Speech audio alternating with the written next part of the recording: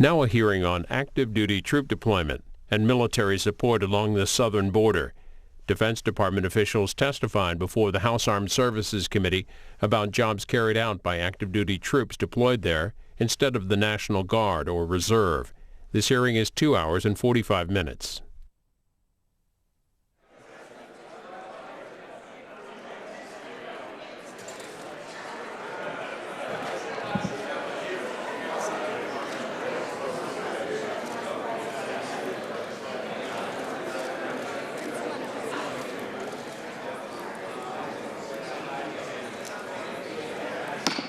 Call the meeting to order. If everyone could please take their seats.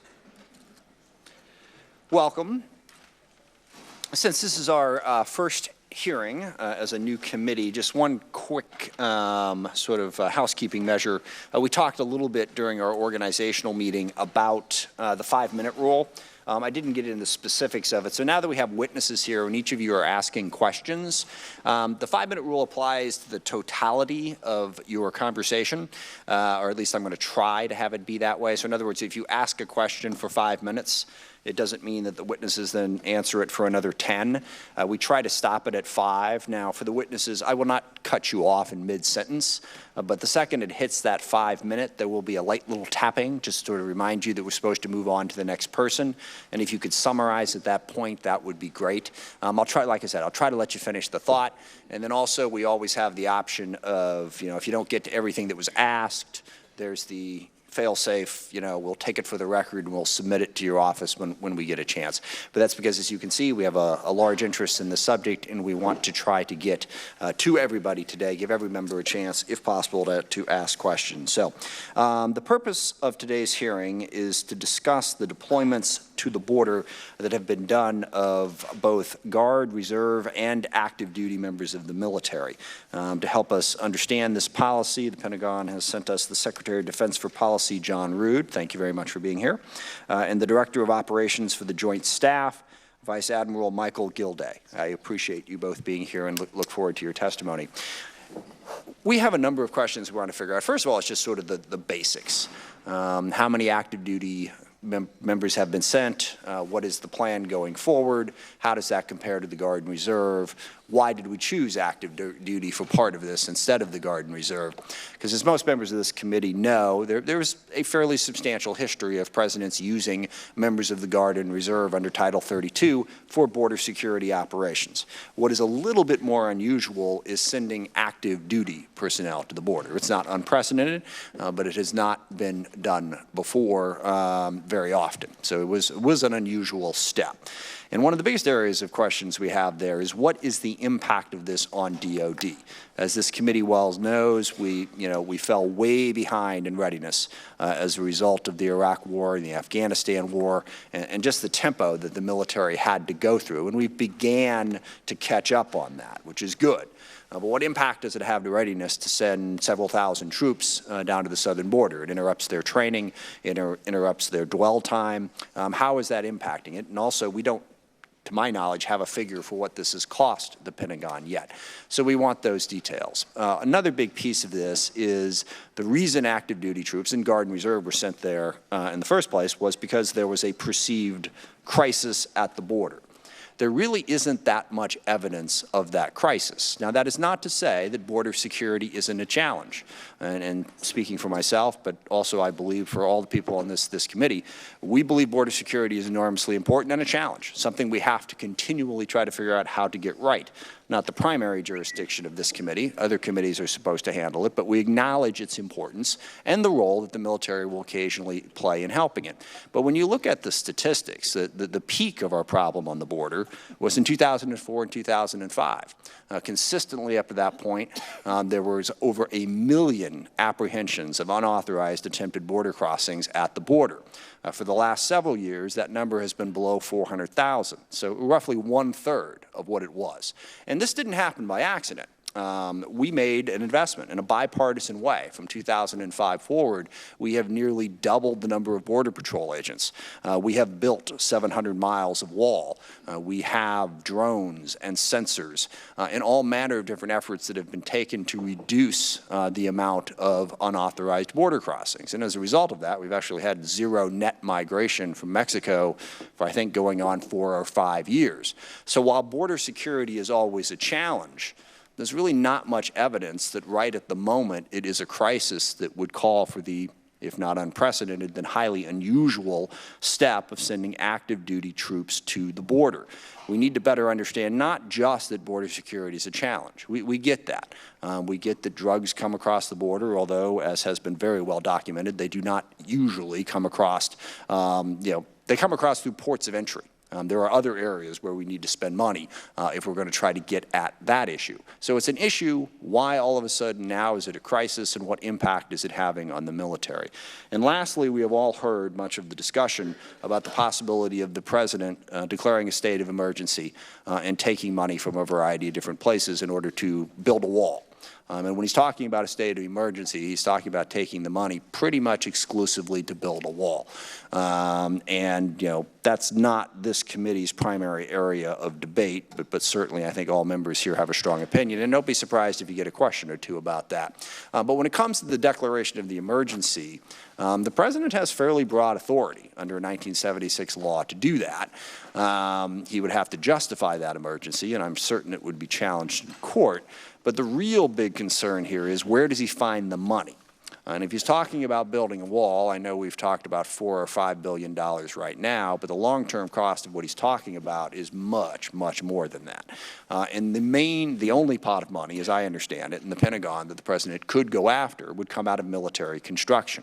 I think there is a bipartisan opinion on this committee that we should not be taking Department of Defense dollars out of military construction, well, for anything. For a wall or anything else, because again, we have a readiness challenge. That money needs to be spent there.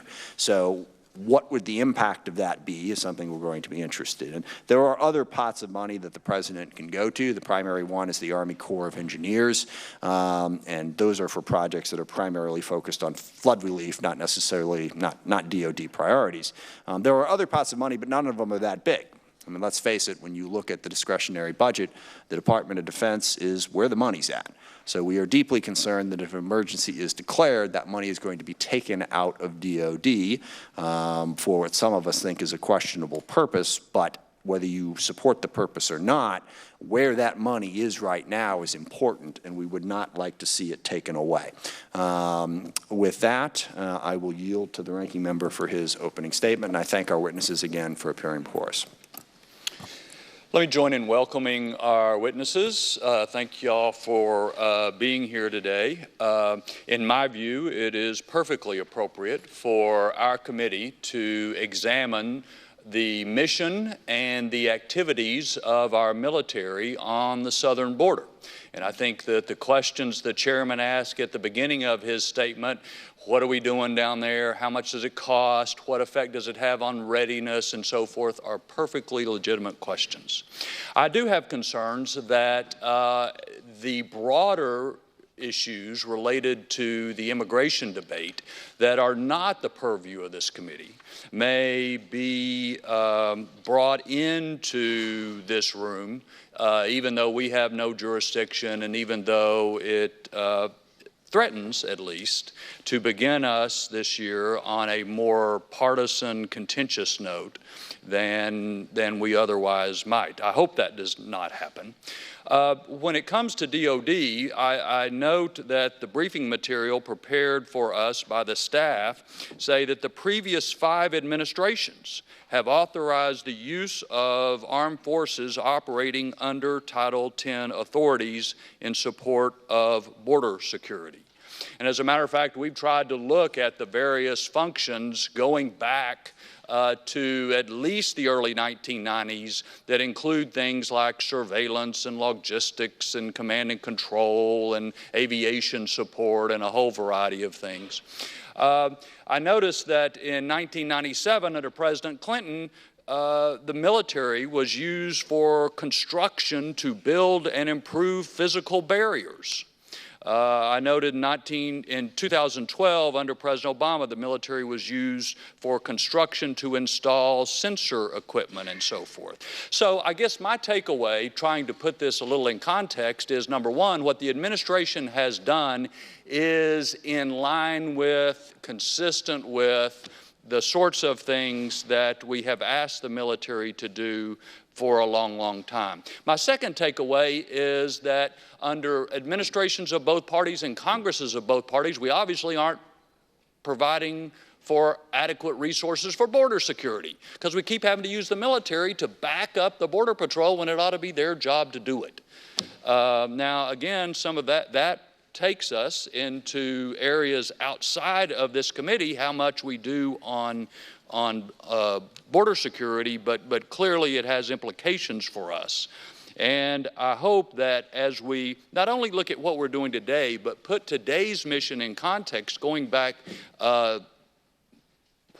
years or more, that it at least informs maybe decisions that are made outside of this room.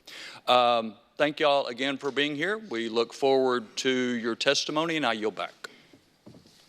Thank you. With that, gentlemen, please, if it's just mine, Mr. Rudy, you're going to go first. Okay, thank you. Yes, Mr. And for the record, in your books, there is a joint statement that they both provided for the committee. Thank you, Mr. Chairman, Ranking Member Thornberry, other distinguished members of the committee.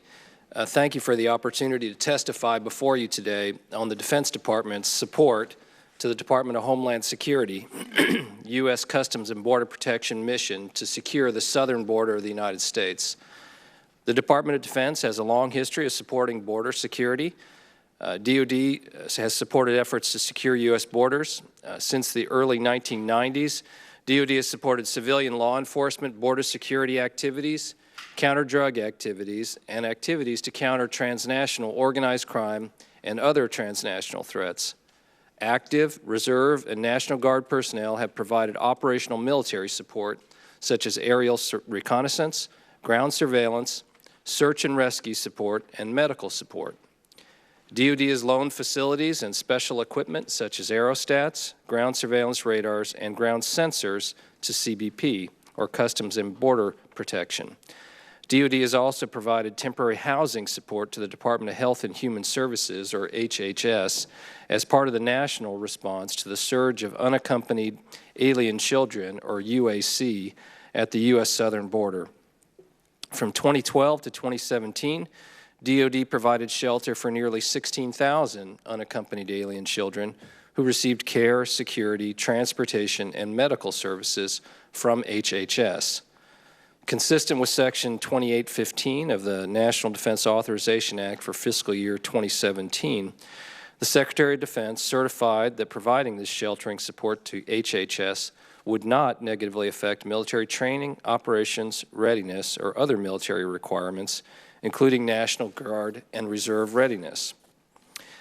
At the direction of President Bush, in support of CBP's Operation Jumpstart, DoD provided National Guard personnel, some 6,000, from June of 2006 to July of 2007, and some 3,000 from July of 2007 to July of 2008 to augment and enhance CBP's ability to execute its border security mission. National Guard personnel provided aviation, engineering, medical entry identification, communications, vehicle maintenance, administrative, and other non-law enforcement support. In addition, the National Guard improved the southern border security infrastructure by building more than 38 miles of fence, 96 miles of vehicle barrier, more than 19 miles of new all-weather road, and conducting road repairs exceeding 700 miles. At the direction of President Obama, DoD provided up to 1,200 National Guard personnel annually from 2010 to 2016 in support of CBP's Operation Phalanx. National Guard personnel provided aerial reconnaissance, analytical support, and support to counter drug enforcement activities that enabled CBP to recruit and train additional officers to serve along the southern border. DoD works closely with the Department of Homeland Security on requests for assistance. Across the full range of support that DoD has provided DHS, border security support, disaster support, special event security support, and support for protection of the President, DoD has worked closely with DHS as that department develops its requests for DoD assistance as deliberately, expeditiously, and as effectively as possible to meet mission needs. DoD carefully considers all requests for assistance, including in order to determine whether DoD has the requested capabilities and resources, and whether providing the requested assistance is consistent with the law. When a request is approved, DoD works with the requester to select the right forces and resources to meet the requester's mission needs and to avoid or mitigate potential impacts on military readiness.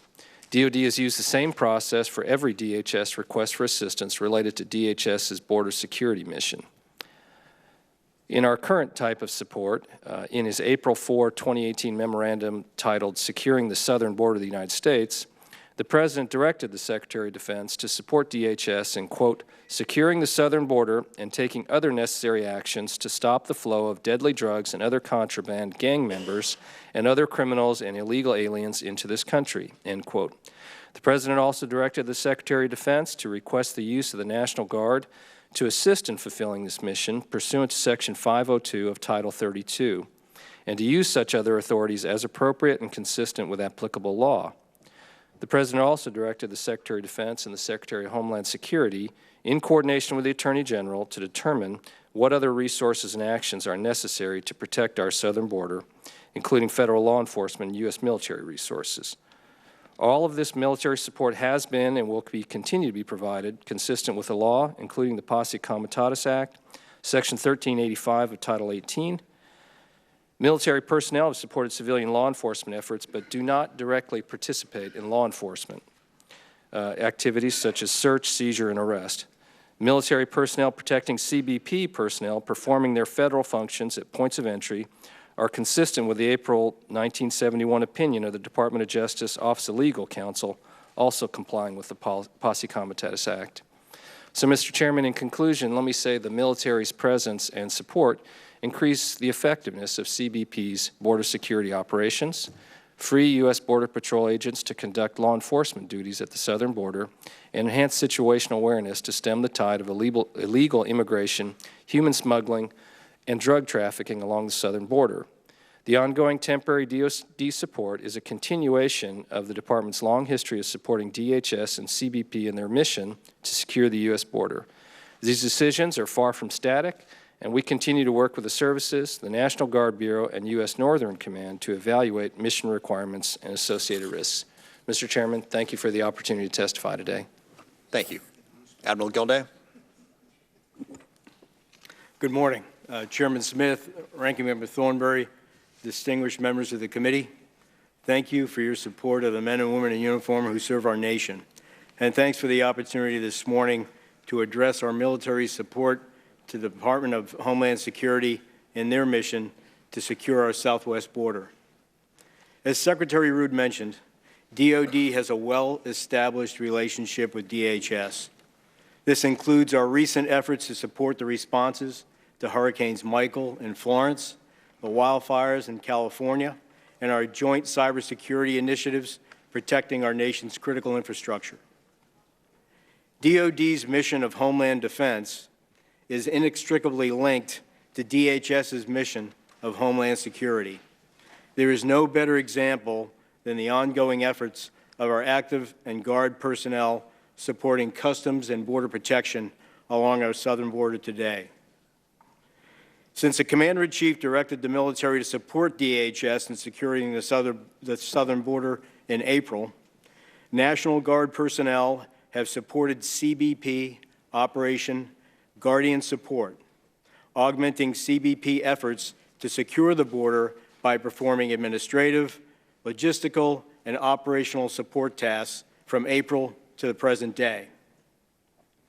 Active duty military personnel have supported CBP's Operation Secure Line since October in the areas of aviation, engineering, facilities, and medical support, and by providing protection for CBP personnel while they perform their federal functions at our ports of entry.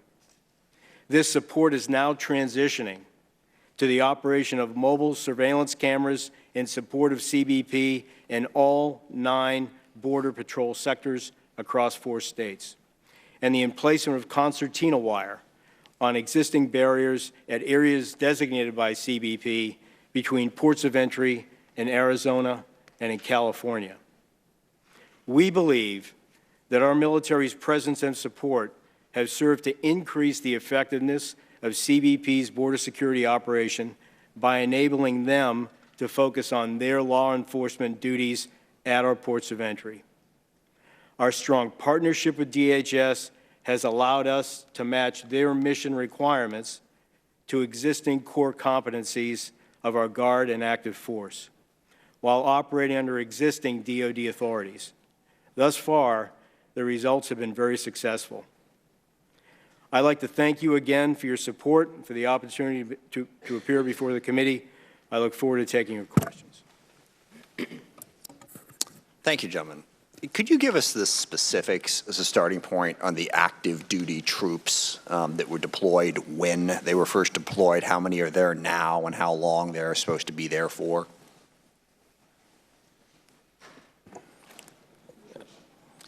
With regard to active duty troops, sir, we presently have just a little under 2,300,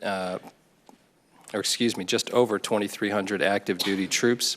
They are scheduled right now to be deployed through January of 2019, but that one portion of them has been approved to be deployed through January of 2019. There will be additional deployments of active duty troops that will go through the end of this fiscal year, September 30th, in response to the latest request from the Department of Homeland Security. And what was the original number? Was like 5,600, I believe, something like that? How long were that many troops there?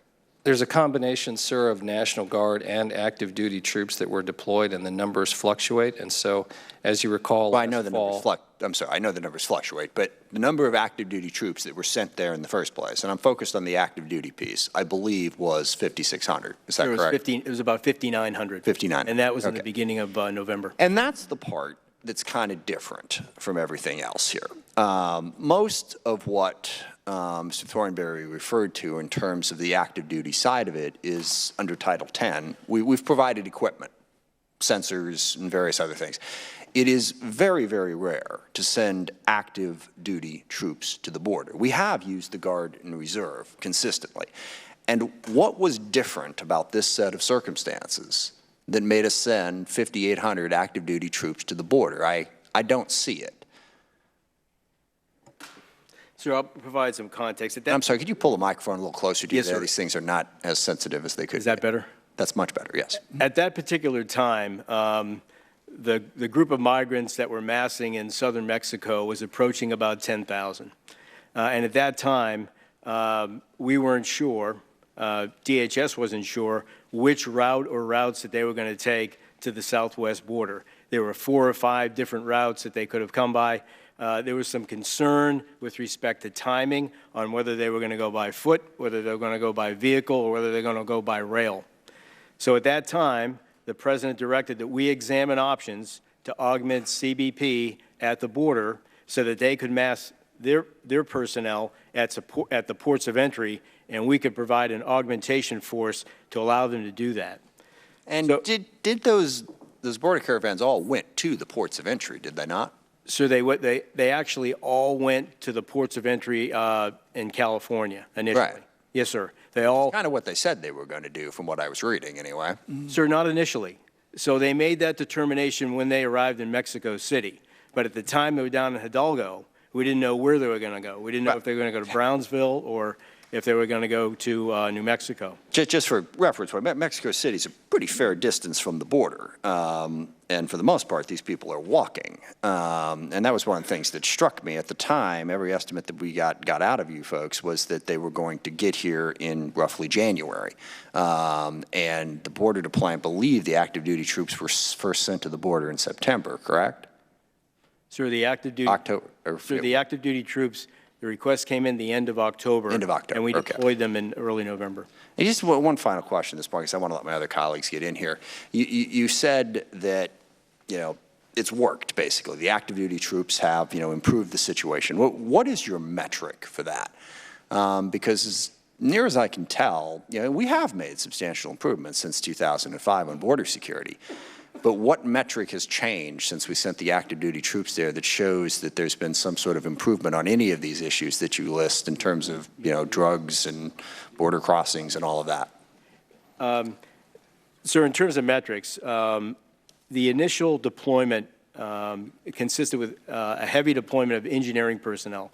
So along 22 of the ports of entry, we laid some 70 miles of concertina wire to make it more difficult for somebody to cross over illegally at those ports of entry. This made it easier for, it allowed CBP, we believe, be able to spread their manpower more efficiently across a large number of ports of entry that could have potentially been at risk. Additionally, we sent medical personnel down to help with initial screening, and we also sent down some facilities people that provide facilities for CBP.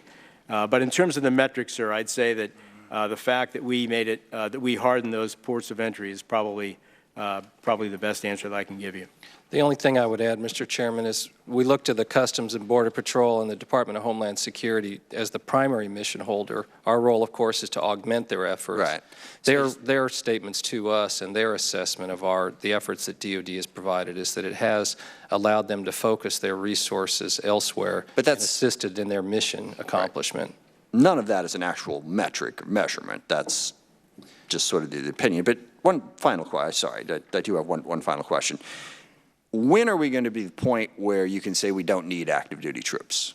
Because we hadn't needed them for a long time before that. Now we apparently need them. What are we looking for where we can get to the point where we no longer are going to send active duty troops to the border? What needs to be accomplished before we can stop using this somewhat unprecedented step of actually sending active duty troops to the border? Mr. Chairman, of course, the Defense Department acts in support of requests from the Department of Homeland Security, CBP. They're the primary mission holder. As we look to how we will choose to augment those resources and respond to those requests for assistance, we look across the total force, active, reserve, and National Guard to determine what is the right mix and the appropriateness of the force to respond. And that's where a decision was made in terms of the timeliness. Got it. So you don't really know, basically, what do we need to accomplish? I mean, I know at the end of the day, it's DHS that makes that call. They decide what they need, they ask you for help, they work through it. But surely as the one providing the resources and trying to plan for the future, they've given you some idea of what it is they're trying to accomplish so that they won't need you anymore. They do give us an idea, and we work with them to scope the requests and to understand what they're trying to accomplish so that we provide the right capabilities. And what would your take on that be? It depends on the specific requests, sir. For example, some of the requests where they have asked for surveillance capabilities, we delve into a little bit of what are you trying to detect and why, and what are the circumstances. With regard to the National Guard, of course, we work with the National Guard Bureau and the Sorry, but that's. I don't want to interrupt you, but I'm asking specifically about the active duty troops who have been sent to the border. I understand all that other stuff. All that other stuff is frank. If that was all you were doing, was all that stuff that you've talked about, we wouldn't be having this hearing. It is the active duty troops that sort of caught the attention of the committee. Yeah, go ahead. Sir, if I could give an example, but before that, back to the metric. Microphone again, sorry. Sir, just for a moment on the metric, we really are trying to prove a negative if we're trying to prove, how many people didn't cross the border. We just don't know, except for the feedback that we received from CBP, that, at the time we deployed, those initial numbers were 10,000. Now, 10,000 never reached the border, but, we felt that we were better prepared, or CBP was better prepared because of the work that we did. In terms of the work that we have done and are doing, it's not a steady state demand signal. So although we deployed 5,900 in early November, by Christmas, those numbers were down to 2,400. Why? So because we finished laying the concertina wire. When that mission was complete, we redeployed those people home. When we determined that the flow of migrants that had to be screened by our medical personnel wasn't as high as originally estimated, we downsized and we brought those people home. When the facilities that we built were no longer required by CBP, they had initially surged their forces, their personnel down there. We had provided temporary housing. When that wasn't required, we sent our people and we sent that equipment home. Okay. And so we have tried to adjust, keeping in mind readiness, keeping in mind cost, and so it's been fairly evolving and dynamic. Thank you. So, Mr. Thornberry. Admiral, I want to go back because I'm not sure we got the rest of the story. You started your answer a few moments ago on why active duty with 10,000 folks coming up through Mexico, didn't know for sure where they're going to go. The decision was that the Border Patrol folks would focus on the ports of entry, and that left the rest of the border to be covered. And so can you continue then, and back to the chairman's question, why active duty in that circumstance versus Guard? Yes, sir. So broadly, we're taking a look at these requirements across the total force, and we're trying to see which forces are best suited for the task and who is readily available. And so in one's mind's eye, they may think that the National Guard is just a gigantic organization that we continue to draw from for years and years, for a decade, in fact, and we just can't. And so at the time when those forces were massing and we weren't sure whether they would come by foot, by vehicle, or by train, the decision was made within the department, given the options that we laid out in terms of timing, to send active duty, because we got those troops down there within a week. And so I hope that gives a little bit more context, sir, in terms of what drove the active duty. But we did look at the Guard, and we did look at Guard capacity for the missions, for those particular missions or the requirements that the DHS and CBP had requested, and we just did not have those. We didn't have those skill sets available in the Guard to draw upon at the time. So, Congressman Thornberry, if I may add just briefly to that, in evaluating the present request, in working with the National Guard Bureau and the state adjutant generals, part of the reason, or the reason, that we have selected from the active duty to fill part of those requests going forward is that the Guard satisfies those requests from 19 Guard units, 19 states, and there's a limit to the number of volunteers, which is the way they've sourced them, that they can do. And so the feedback from the National Guard Bureau and the adjutant generals is that about the present state, a little over 2,000, is what they can sustain. And therefore, the delta between that sustainable rate and the new request from the Department of Homeland Security is what we are going to source, therefore, from the active duty. Okay. Yeah, that really gets to where I want to go. So if I can just summarize my understanding of this, Homeland Security says we need help doing X, Y, Z, and then can you, DOD, help us? And then you look at what those specific requirements or asks are and figure out what forces can fulfill their request. And in this case, one of the key things was how quick can you get them there, because you didn't know where the caravan was going. And secondly, what sort of specific capabilities did you need, because a lot of the Guard folks, at least the ones that you could deploy, didn't really have it. Does that sum it up? Sir, I think so. I'd like to add, though, that these requirements from CBP just don't drop as a surprise. And so we work with CBP on a daily basis to refine these requirements so that we can be more predictable, so that we can ask hard questions, so that we can look at legal aspects and make sure that, the force is going to be used in a way that's consistent with the authorities that we have. And so it is an ongoing partnership to get to what we think is the right answer. And the right answer isn't always satisfactory for all parties. But you got to be flexible with events, because, for example, there are stories that there's a new caravan that is forming in Central America headed this way. So you've got to, in your conversations with them, be ready to adjust to changes in the situation, don't you?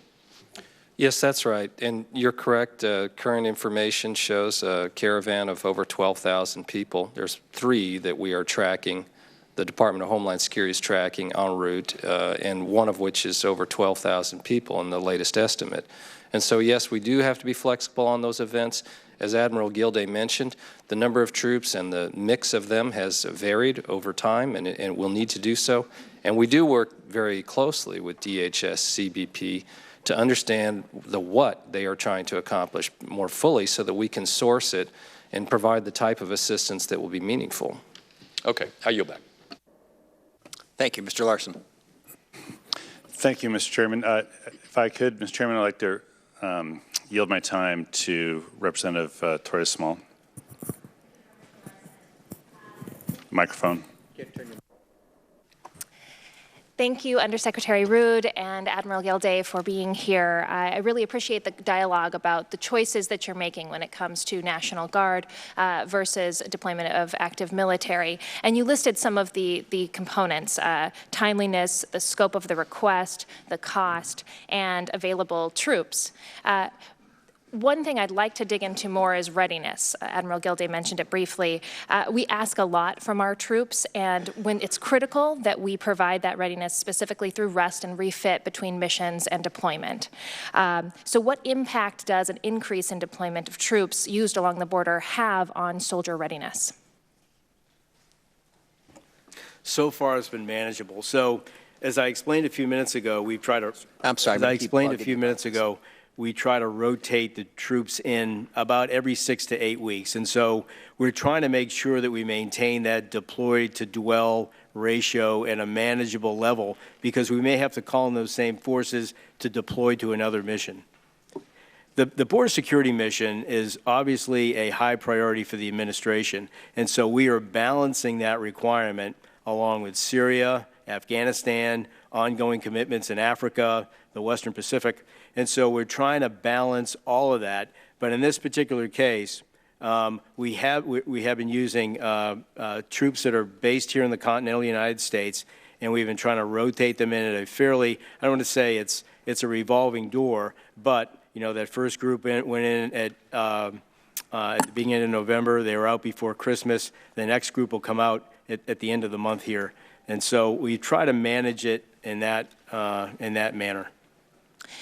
Shifting gears just a little bit, CBP personnel, it's my understanding, are meant to be the primary and principal members who interact with migrants on the border. But we have already discussed somewhat the medical component of the mission.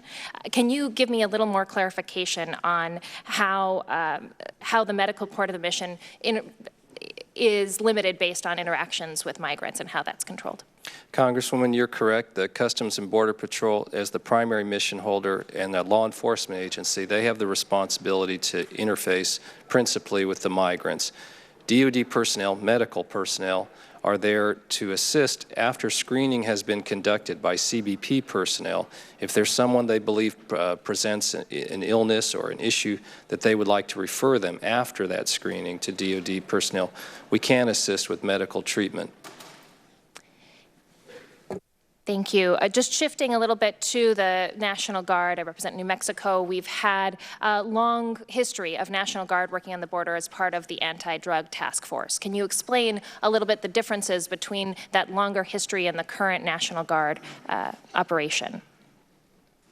Well, as you mentioned, Congresswoman, National Guard members and indeed other members of the force have been deployed over the years to the border. In addition to those deployments that the current president, President Trump, has directed, of course, President Obama directed several deployments. Those occurred during President Bush's tenure and during President Clinton's tenure. Their mission is always, the primary mission holder is the Department of Homeland Security, Customs and Border Protection. And I'm sorry, just because we're running short on time, the differences? The difference is it's a very similar mission, and it depends on what the DHS requests of us specifically to augment their forces, and that varies over time, whether it's surveillance or it's monitoring of different border areas, or in this particular case, emplacement of barriers between ports of entry. So National Guard is also placing barriers at ports of entry? That mission, my understanding, is to be done by active duty. Okay. About 150 miles of concertina wire in between ports of entry between now and the end of the fiscal year. So any specific differences between this National Guard deployment and previous ones? Well, it's a basic mission. I think it's relatively the same. I can't speak to the previous mission that you referred to, but I can give you some examples of what we're relying on the Guard for now. heavily with respect to aviation, and so they have a number of rotary wing aircraft with electro-optical and IR sensors that we don't have as many of in the active force, to be honest. And so they have about 17 aircraft that we rely upon heavily, particularly in New Mexico and Arizona. The other place where we're providing a lot of support is vehicle mechanics for CBP vehicles.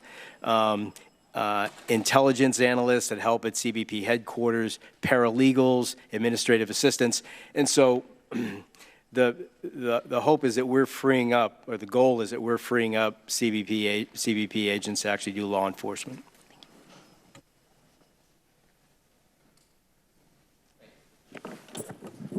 Mr. Wilson. Thank you, Mr. Chairman. And Secretary Rood and Admiral Gilday, thank you so much for being here today. We're so fortunate to have the military personnel, the personnel that we have with the U.S. Customs and Border Protection agents on our border to protect American families, to address the issues that we have on the southern border.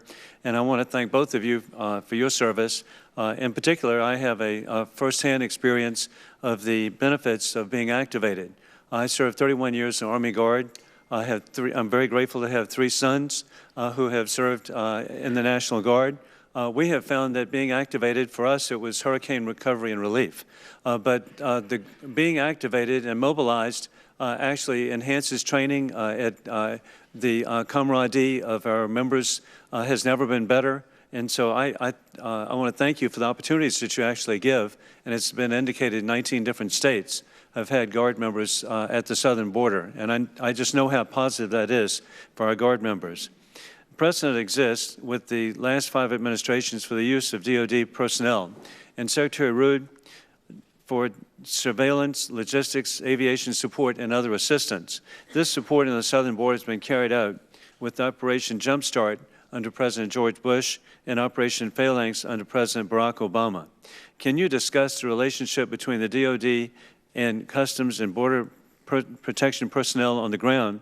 And do you see this relationship changing on the extension of active duty mission? And of course, we understand that it's backing up the law enforcement and personnel. Congressman, as you correctly point out, the Defense Department has a long history of supporting Customs and Border Protection as well as other federal agencies in support of their civil missions. And the relationship is really a very close one, both here in Washington and in our deployed units in the field. They live and work together.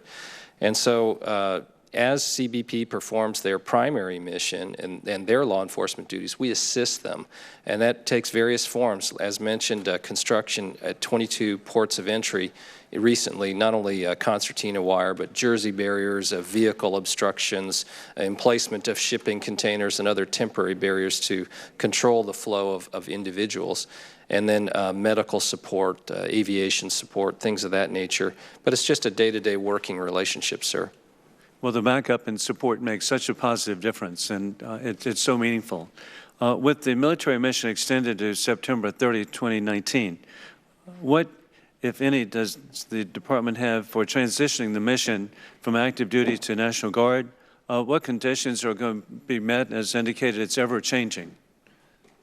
As mentioned, Congressman, when we receive requests for assistance from the Department of Homeland Security, we look at them for legality, whether we have the capability and the appropriateness of the request, and then work with CBP in this particular case. In other cases, we do other support to refine that. Here, the National Guard Bureau and the State Adjutant Generals have indicated there's a predicted steady state, if you will, that they think they can source in terms of their provision. And so where we are unable to meet those requests from the National Guard, that's where we've looked at active duty through the end of this fiscal year, sir. Thank you, Mr. Secretary. And Admiral Gilday, what opportunities exist for units mobilized to the border to maintain a high level of readiness? This is a concern by all of us. Can you address the training that DoD personnel receive on the standing rules for the rule of force? I will, so I'll take each of those. On the first point, sir, I think it ties back to a point that you made earlier about readiness. And so when we deploy our forces, most people just think that we are consuming readiness, but we're also producing readiness during those deployments. So as you know, sir, many times at the end of that deployment, you're at a higher state of readiness than you were going into it because you just accumulate that type of hands-on deck plates, leadership, and experience that you typically wouldn't get at home station. One really good example of the military police that we have under DOD authorities providing protection for CBP should they be overwhelmed at the border. And so the way that we've had to train with CBP personnel to make sure that we're clear on each of our authorities, to make sure that our communications are compatible, to make sure that we understand each other's tactics, techniques, and procedures. We ran those teams together with CBP through 10 different vignettes training scenarios, both day and night. And so we try to expose them to a wide range of possibilities. Some of the best training that we've had is with the military police. In terms of the readiness. Thank you very much. Yes, sir. Thank you, Mr. Courtney. Thank you, Mr. Chairman. I have a quick yes or no question. Given the threat description that surrounded this order, are the service members at the borders receiving imminent danger pay? No. No, sir. Thank you. I would just yield the balance of my time to Congresswoman Loria. Well, thank you, Undersecretary Rood and Admiral Gilday. You stated that the military support is for three main purposes: in providing forces to stop the tide of illegal immigration, stop human trafficking, and stop the flow of illegal drugs. I'd like to hear, Admiral, which of these three missions do you think is the most pressing? Drugs, human trafficking, or personnel crossing the border? Difficult to prioritize. All pretty important. I would say that I think as we transition to our new mission set from the ports of entry to the areas between the ports of entry, we bring a skill set with respect to detection and monitoring that I think is going to be very valuable for CBP in trying to get their arms around all three of those problems, which could be present at any point in the border. Well, in that case, I would like to focus on the flow of illegal drugs. And it's been reported that, a large portion of the drugs do not, in fact, come across the border. They come by sea in our ports of entry. And as you know, also myself as a surface warfare officer for 20 years, we know that the Navy used to supply forces frequently in support of Southcom, Jayad of South, to stop that flow. I met with Admiral Grady, who's the executive agent for Global Force Management at Fleet Forces, and he confirmed that the only forces that we're giving to Southcom currently are those that happen to be transiting as an opportunity between East and West coasts. So I was wondering if you could compare the requests for forces that we're currently receiving from Southcom versus those that we're meeting towards the goal of stopping the flow of drugs at sea, and what percentage of requests for forces from Southcom would you say have gone unmet in the last several years? So I think we really need to talk about the last probably 18 months under a new president with a new national security strategy and a new defense strategy. And so that new defense strategy racks and stacks problem sets for us with respect to China, Russia, North Korea, Iran, and the counter-VEO problem. And so what we have done in the past year in particular is we have prioritized our resources in accordance with those priorities. We just can't do it all. As the chairman brought up in his statement at the beginning, we've under-sourced readiness for some time. That is the secretary and the acting secretary now's top priority. Is in order to make us more lethal, we have to be ready. And so we have had to ruthlessly prioritize. And quite honestly, although the drug problem is a big problem, and we have historically under-resourced Southern Command against that problem set. And I probably have an unsatisfactory answer for you, ma'am, in terms of our being able to improve in that regard. But I do think when we have problems like that, I do think it requires more imagination to get after it in a better way. And so it is looked at. I'm just being honest with you with respect to the racking and stacking of national priorities. It hasn't reached the top. So with that racking and stacking of national priorities, this is currently the only one in our discussion that is being potentially envisioned as a national emergency. So it doesn't seem consistent with where we've placed it in our order of priority for allocating forces. And when you say use creativity, you just mentioned that when we use forces, we're not just consuming readiness, but we're producing readiness. Mm-hmm. So that is another element that I would ask you to consider possibly when we have forces that are not actually deployed, but in their workup and training phases, to be able to participate as well in this mission of combating the flow of drugs at sea while they're also building their readiness. Congresswoman, I think that's a fair comment. To your point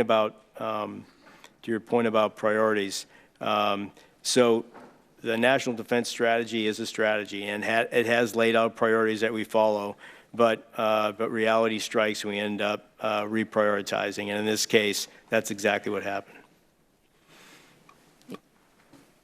Thank you. I yield my time. Thank you. Mr. Turner. Thank you, Mr. Chairman. Admiral, Secretary Rood, thank you for being here. Thank you for your service. Secretary Rood, thank you for your expertise and the dialogue that you're having here today. I'm going to ask you 2 questions, and then I'm going to concede my time to Mr. Bergman.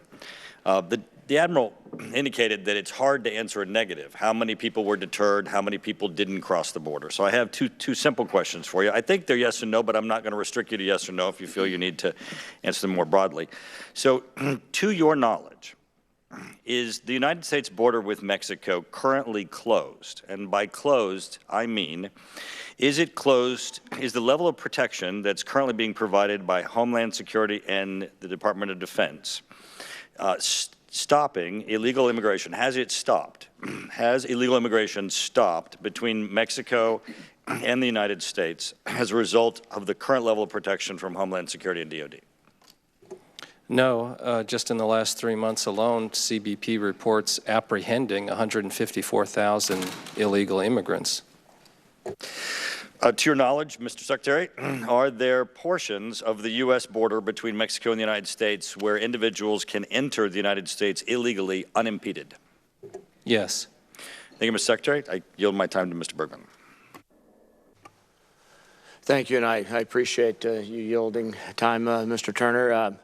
Glad you both are here. Just for clarification, I want to make sure that nothing has changed since I took off a uniform about 10 years ago, in that you only pay a guardsman or reservist when they're performing some type of duty. Correct? Okay. Yes. So the point is, your active duty personnel that we have down there today, you're paying them normal pay rate, no combat pay, just their normal pay rate. Any TAD? Sir, it depends, but those numbers are very, very small. Yeah. So the point, they do receive, when they deploy for more than 30 days away from home station, they do receive a modest family separation allowance. Okay, so family separation allowance. But the bottom line is minimal to no additional cost by utilizing active component personnel. Any idea how many of the active component personnel that you're using down there, it's their first deployment since joining the military? In other words, they're not in a dwell time because they've been stressed over a period of time? So I'd like to take that for the record. Okay. Well, it's because we know the troops coming off the line need to get R&R, need to get refreshed, need to get retrained, in some cases remissioned if they change units. Any special skill sets that are required on the border right now that we might call HDLD, high demand, low density assets that are getting stressed? Not skill set so much, sir, but I would say if we're stressed anywhere, it's rotary wing. Just because of the demand we have for helicopters in Syria, in Iraq, in Afghanistan. So we've been a bit pinched in terms of helos, to be honest. But not at a point where we have significant concerns about. Okay, so stress on the flight hours on the airframe as opposed to time on the pilot seat. Yes, sir. Seat. Just okay. Availability of the assets with crews that they're at let's say a 1 to 2 dwell. Okay. Is there is it fair to say that if we have a lot of first-time folks deploying, this is why they joined, maybe a slightly different fight, if you will, or mission, probably more appropriately said, than they originally envisioned on their first deployment. But are we making them more capable because of the training and what they're doing on a daily basis here, so then when we do have to deploy them somewhere in the world, that they're higher ready, more ready and ready to take on whatever mission? So I'd say in general, yes. Specifically down to every person, I think it'd be difficult to make that argument that the medical personnel, for example, who are doing medical screening may not be optimizing their skill sets. But that said, it is a critically important mission at the moment. We know that no matter what the situation is, whether we're dealing with combat injuries on the battlefield or dealing with humanitarian assistance, disaster relief, the need for medical personnel, whether it be doctors or nurses, is going to continue to be stressed no matter what we're using them for. So with that, for those of you who've been around a while, the 3-block war, humanitarian assistance, keeping the peace and making the peace, bottom line is let's stay in that first 1 or 2. Especially in that middle block here, and I yield back. Thank you. If I just follow with a quick question based on Mr. Turner's question there. So DHS asks you basically for help at the end of the day with what they're doing. And I guess the question that occurred to me is, do you ever say no? Because by Mr. Turner's definition there, I mean, to actually close the border, to stop anybody from ever being able to cross in an unauthorized manner or anything across, I mean, I would think you could plop 50,000 U.S. troops down there on the border, you still have a hard time doing that. And also note for the committee, and I'm sure Mr. Turner is aware, every single combatant commander that we have has requests that go unfilled.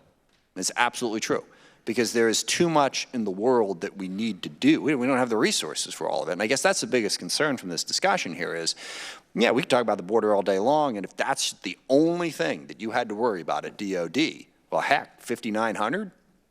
That's nothing. I mean, why not 50,000? Okay?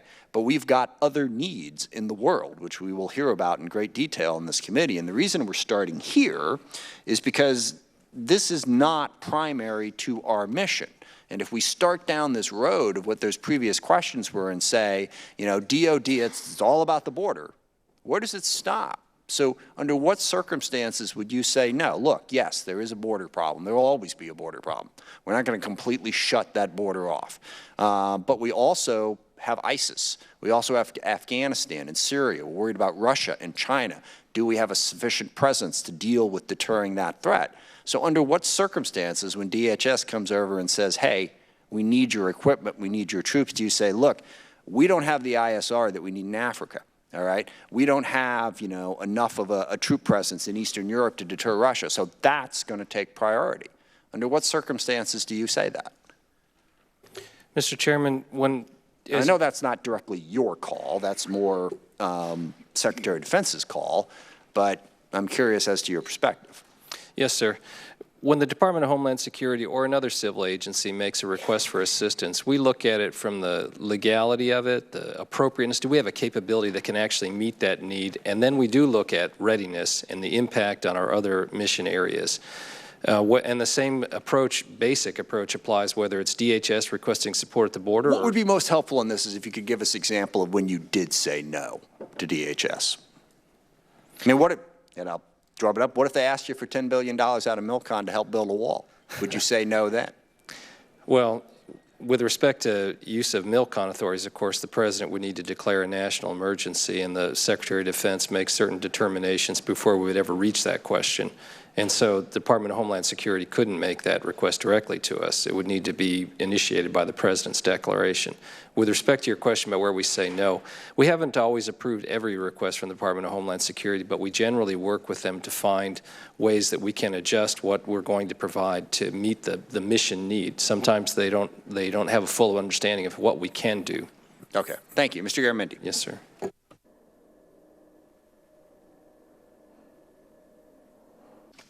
Thank you, Mr. Chairman. In case nobody noticed, we're in the midst of a raging debate about this whole issue of border security. And apparently the President wanted to use the military like 10 days before the election. All well and good. Specific question, probably more for the record. what were the precise talents, skill sets, and operation that the individual units had when they were deployed to the border, the 5,900? What were their skill sets? And that's unit by unit, so please deliver that to us. Secondly, there's a major question of readiness. It's been raised here over and over. And thirdly, apparently the military is good at stacking containers to form some sort of a wall and laying concertina wire. What else did they actually do? And apparently they were deployed in the southeastern part of Texas. And the threat moved to San Diego and Tijuana. Did the military move also to address that threat? All for the record, having asked for that specific information, I'd like to turn over my remaining time to the esteemed lady from Oklahoma, Ms. Horn. Thank you very much, Mr. Garamendi, and thank you, Mr. Secretary and Admiral, for being here today. My question focuses back on readiness for a moment, and I'm curious as to the active duty troops that were deployed, where they were before their deployment, and what they were doing before their deployment, and what it took to get them down there. And then the second part of my question is, given that we've discussed the historical nature of the National Guard working with DHS and taking the lead on some of these, does the National Guard have the capability to accomplish the same mission, concertina wire and hardening of the border and that sort of thing?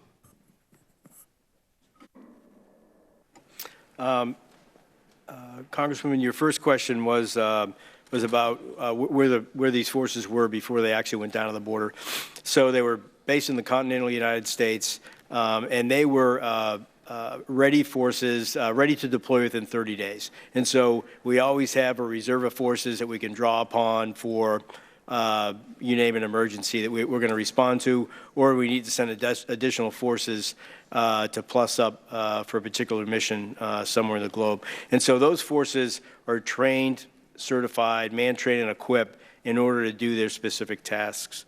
And we selected them specifically because we felt that they were best suited, based on the inventory of forces that we had, that they were best suited with those skill sets in a timely manner to deploy at the right readiness level and properly trained. With respect to your second question, which had to do with whether or not Guard has the skill sets for concertina wire, they do, and they have in the past, but not in this particular operation. As a follow-up to that, you mentioned a 30-day turnaround for deployment. What is the difference in turnaround time for deployment between the active duty troops that were deployed and a National Guard unit being deployable in that time? Ma'am, I will have to get back to you with specifics on those corresponding dwell times between both active and Guard to give you a precise answer.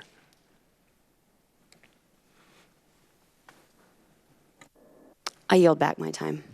Thank you, Mr. Rogers. Thank you, Mr. Chairman.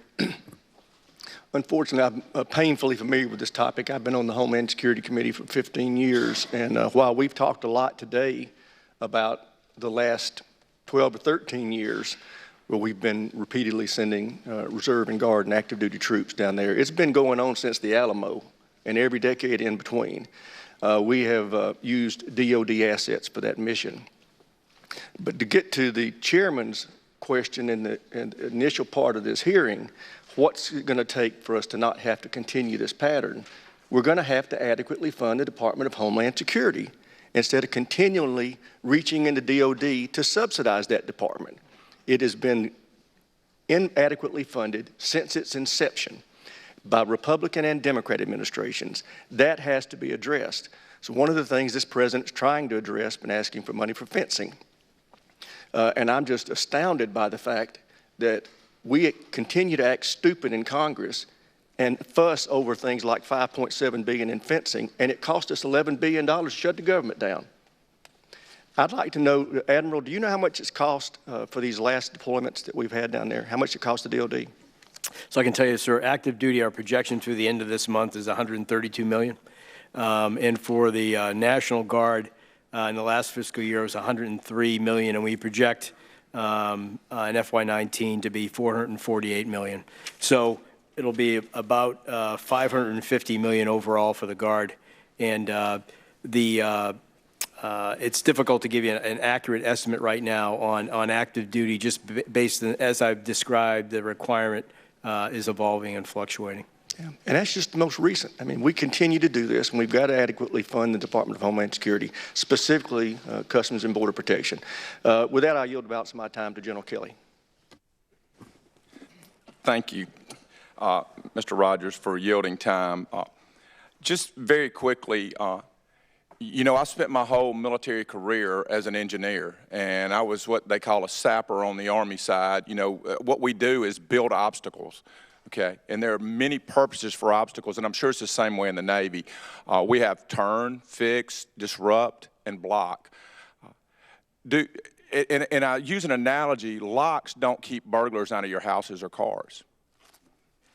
But I do know in my neighborhood, last year, there were burglars going through and breaking into all the cars that were unlocked. So those locks didn't keep them from getting in a car. But it did slow them down. And barriers or obstacles, I prefer not even barriers, obstacles, have different purposes. And they move people to where they are. Do you agree that obstacles never, unless they're covered, unless they're constantly watched, that you can always get by or bypass them?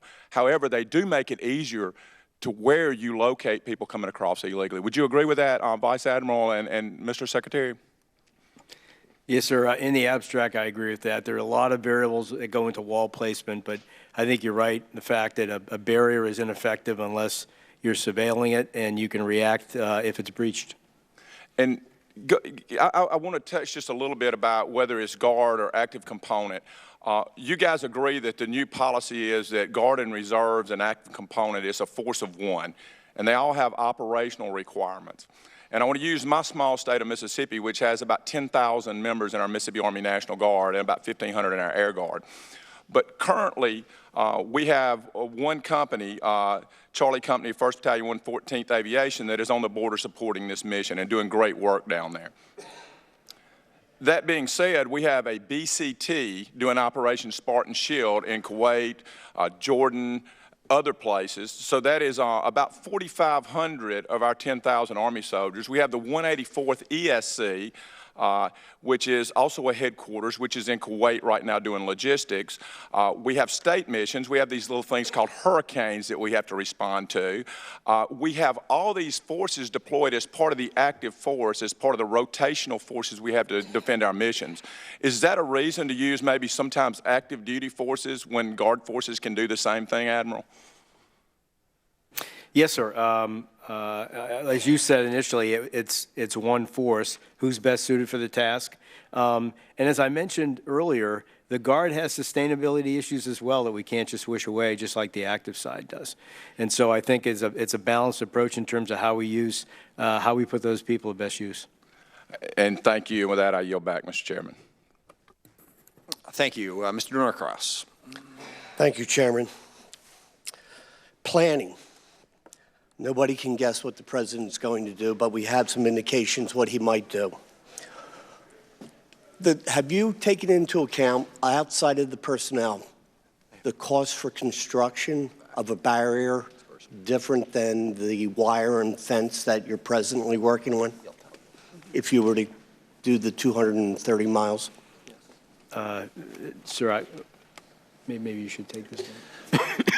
Well, as you mentioned, Congressman, a national emergency declaration has not been issued by the President, and if it were, there are other legal requirements that we've done prudent pre-planning to understand the law and our obligations under it.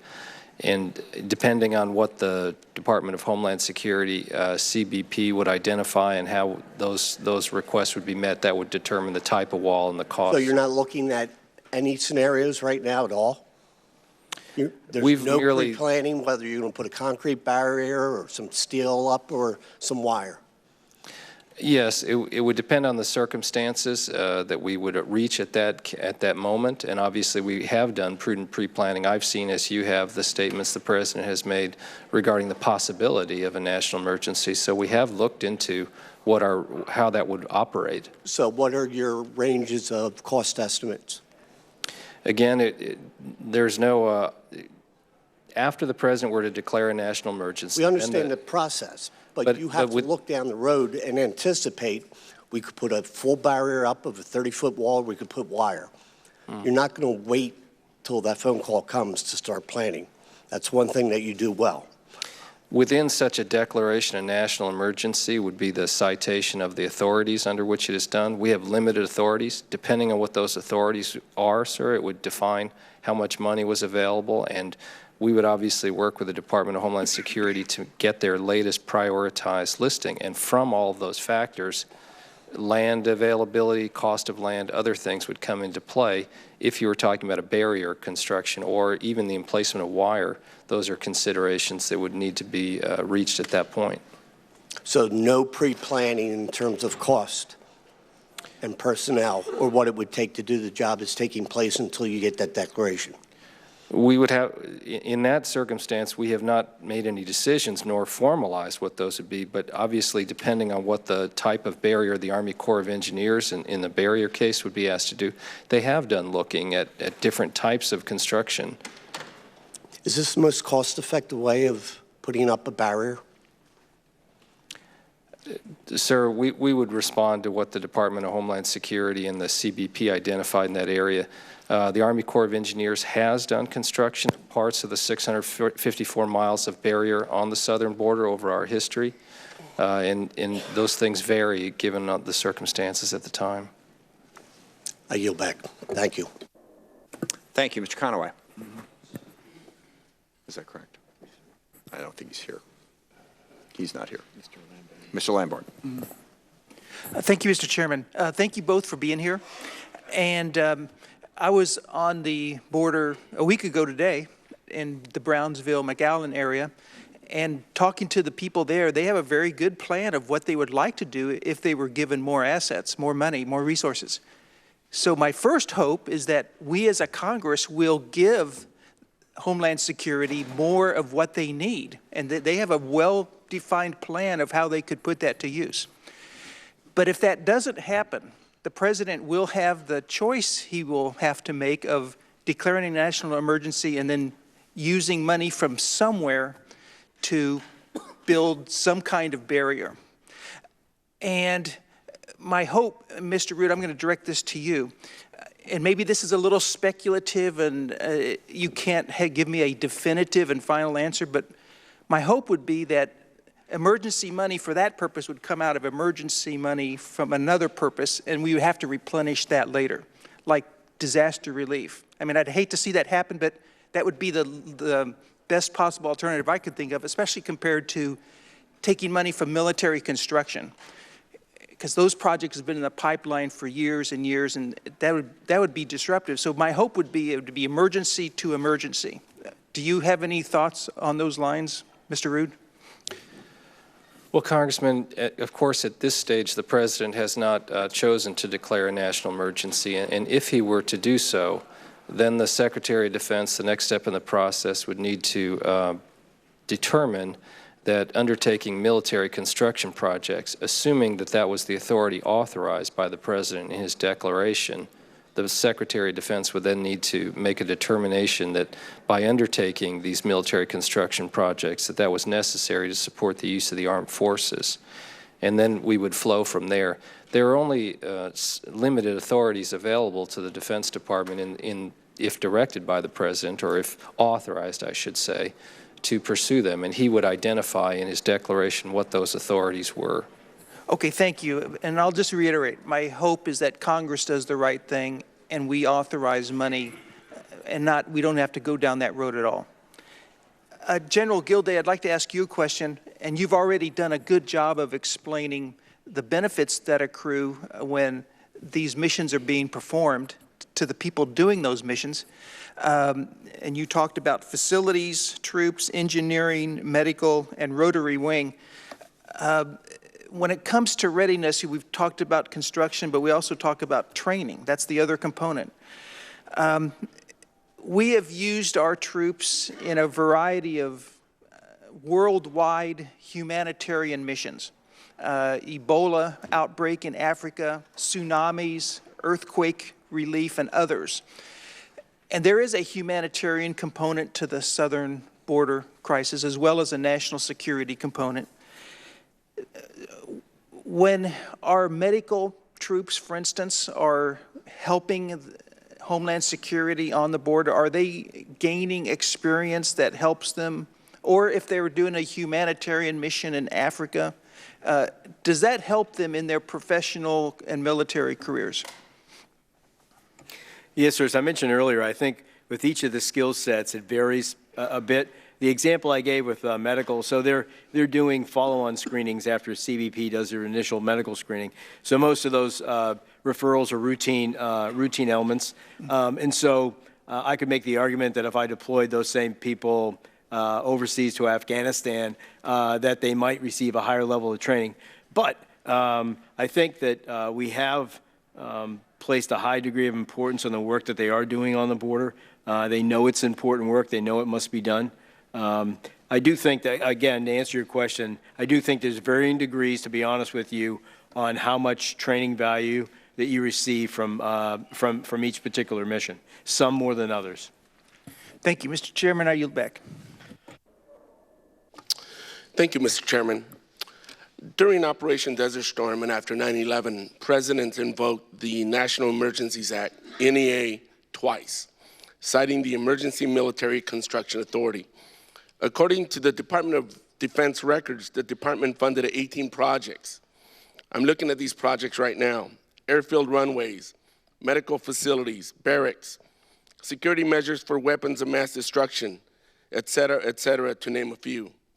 All of those projects were determined as necessary to support the armed forces in the declared emergency, which makes sense. You need a runway for aircraft to land, places for service members to live and receive health care.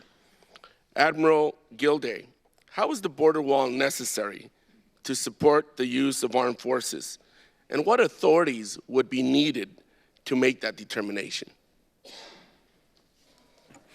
Sir, that's a hypothetical. You could give me a hypothetical answer. I'll give you a hypothetical answer if that's okay. So the president has a range of different authorities that he can invoke. And each of those authorities are tied to laws that have specific requirements that would dictate how that money, that would dictate the determination of the calculus that the department would go through to determine whether or not you could justify using those funds to build a barrier. Do you know what those authorities are? Broadly, I know what they are, sir. I have not looked at them in detail because I'm not an engineer, but I know that there are specific authorities that, as you stated, we would have to show that DOD benefits, you know, whether the argument would be that we no longer have to deploy 5,900 people to the wall. We'd have to take a look at that more deeply to see if that's a justifiable cause effect. Thank you. Yeah. How is the department determining which military construction projects can be scrapped in order to fund the wall? I'm sure you're looking at that now in light of the rhetoric and the discussion that's ensuing. Which projects would be scrapped? Congressman, of course, the President would need to invoke a national emergency and cite the use of Section 2808 of Title 10, which is the military construction provision, to authorize such an activity. The President's not, of course, chosen to do so. Therefore, we've only done preliminary prudent pre-planning. We have not developed a specific list of military construction projects because the President hasn't taken that step. Thank you. Last year, I received a call from some of my constituents who had to endure living on base in housing environments with their families that they're expected to live at Fort Benning, Georgia, to be exact. I specifically sent a letter to Secretary Mattis regarding this constituent call and the serious concerns raised. This family lived on base for about 5 years, and because of the children being exposed to high levels of lead, they're now dealing with health-related disabilities and other symptoms. Funds are required to address these deteriorating conditions, living conditions, but now there is a chance that we will neglect service members again. This time, it will be for, again, a needless wall. Could any of these obligated funds for MilCon and family housing be used to improve the living conditions for service members and their families?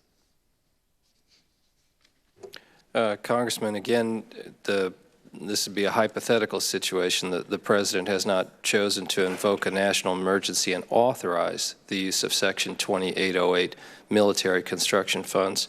So we at the Defense Department are not making trades with those funds at this time. But would you agree if you have to take funding from existing DoD priorities, it would leave some of those priorities without funding?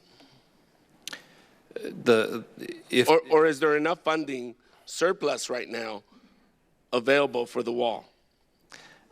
Any use of military construction funds for Purpose B instead of Purpose A, would obviously come from one source to another, sir. Thank you. I touch on this because I also have Camp Roberts in my district. And I am informed there's an important road for really important training and facilities that exist on this base. And currently, that road cannot be traversed. And again, these funds that would go towards the wall would be taken away from being able to rehabilitate that road. So thank you very much. I yield my time back. Thank you. Mr. Whitman. Thank you, Mr. Chairman. Secretary Rood, Vice Admiral Gilday, thanks so much for joining us up here in the corner. There we go. Secretary Rood, I just wanted to ask one simple question, just yes or no. Are the troops that are currently deployed along with our Customs and Border Patrol agents, are they a help in helping the Customs and Border Patrol agents achieve the counter-narcotics mission that they have been charged with? And do the troops and their capabilities also help the Customs and Border Patrol agents in stymieing the flow of narcotics into the United States? Yes. Very good. Thank you, Mr. Secretary. I'm going to now yield the balance of my time to Mr. Mitchell. Thank you, Mr. Whitman. I appreciate that. Secretary Rood or Vice Admiral, question for you. First, let's not deal with hypotheticals, which some of my colleagues want to talk about, if then. We're here at this moment in time talking about this because we failed to provide adequate resources to DHS to deal with their own mission, their own challenges. So we're now having to assist those, supplement those resources. Can either of you tell me of the approximately $500 million we're talking about estimated for the year, what percentage of those needs DHS could address themselves if properly funded?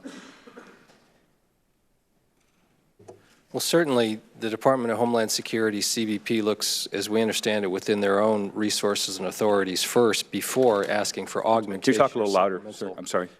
Certainly the DHS, CBP looks within their own resources, as we understand it, from them before asking for supplementation or augmentation from the DOD. And so the specialized skills, there are some specialized skills we bring to the table, but in other cases, if they possess those capabilities in DHS and CBP, they could do it themselves. I appreciate the general response. Let's try Vice Admiral. What percentage of the overall is actually military specific versus a lack of resources in DHS, sir? So, to answer your question, sir, none of the capabilities that we are providing are combat capabilities that it's not a war zone along the border. And so all the, I talked about aviation, I talked about paralegals, mechanics, facilities, medical, concertina wire. None of that is a unique military skill set. So the reality is we're sitting here today discussing this because we failed to adequately deal with a comprehensive solution to our southern border. So now we're trying to basically put our finger in the holes in order to, until Congress does its job. Would you disagree with that, Vice Admiral? Sir, if I took that same argument and said that we need to use DOD to respond to a hurricane, there are certain situations where one of our primary missions is defense support to civil authorities, and so I think that one's a tricky one to answer. Thank you. Mr. Chair, I'll yield back. Thank you very much. Thank you. I do want to make a quick note on the budget. The President made his budget request for the Department of Homeland Security in February of 2018. Congress fully met that request, both the Senate and the House. So whatever crisis occurred to him in the months that followed, it was not at the top of his mind in February of 2018. That was the budget request, and we fully funded it. This is not a question for you, gentlemen. This is just, to make the point. We're hearing now from the committee, gosh, if we just gave more money to the Department of Homeland Security, this wouldn't be a problem. And, it's odd for me to be making this point, with the fiscal conservatives on the other side of the aisle. We're $22 trillion in debt. Our deficit is going to be $1 trillion this year. We just cut taxes by somewhere in the neighborhood of $2 trillion. On this committee, we hear repeatedly about all the areas of the Department of Defense that have gone underfunded. Well, I was going to say we can't print money. We can, in fact, print money. But there's a downside to that, as I think all of the Republicans would acknowledge. So where are you going to find all this extra money, for the Department of Homeland Security? So to imply, well, so let's just get more money. We also have a few other needs in the country that have gone unmet. We have a $600 billion infrastructure deficit by most estimates, to the point where water is poisoned and bridges are collapsing in the United States of America. So we have to make budget choices. And I will also point out that go back to 2005 and to now, we have quadrupled the number of Border Patrol agents. We have built 700 miles of wall. We have drones and sensors. We have massively increased the amount of money that we've spent on border security. So I'm not sure the solution here is just spend more money so that way we don't have to steal it from the Department of Defense. We've got to make a budget that works for all of us, and this is going to be something we're going to wrestle with once we try to get our budget in place for this year, because there are a lot of DOD needs. The discretionary budget, little over $1 trillion, okay? And Department of Homeland Security is part of that. We at DO like 55% of that. So before you get too excited about giving more money to DHS, we got to find it somewhere. We can find it somewhere. I'm wide open to the discussion, but we have to make choices. Mr. Thornberry. Thank you, Mr. Chairman. I'll avoid getting into the broader budget issues, which obviously affect a whole variety of things. I'd simply point out that with DOD, Homeland Security, or any of the agencies, they have to formulate their budget months in advance of it even coming to us. One of the things that changed is that now we have thousands and tens of thousands of migrants who are coming in caravans, which we have not seen before.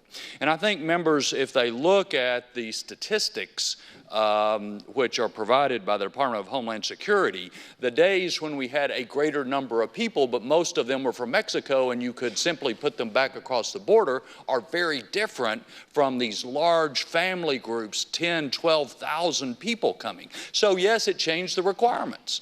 And as we have been talking, if anything, we have to be more flexible to respond to changing circumstances. I think that's what the President is trying to do. I would prefer he not have to resort to DOD to make up for gaps in Department of Homeland Security funding.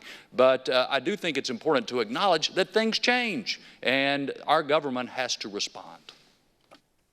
And that is very true. And we'd be in a better position to respond if we weren't $22 trillion in debt. So the more resources you have, the more flexibility you have. We face some very difficult choices, no matter how the circumstances come down to us. Mr. Keating.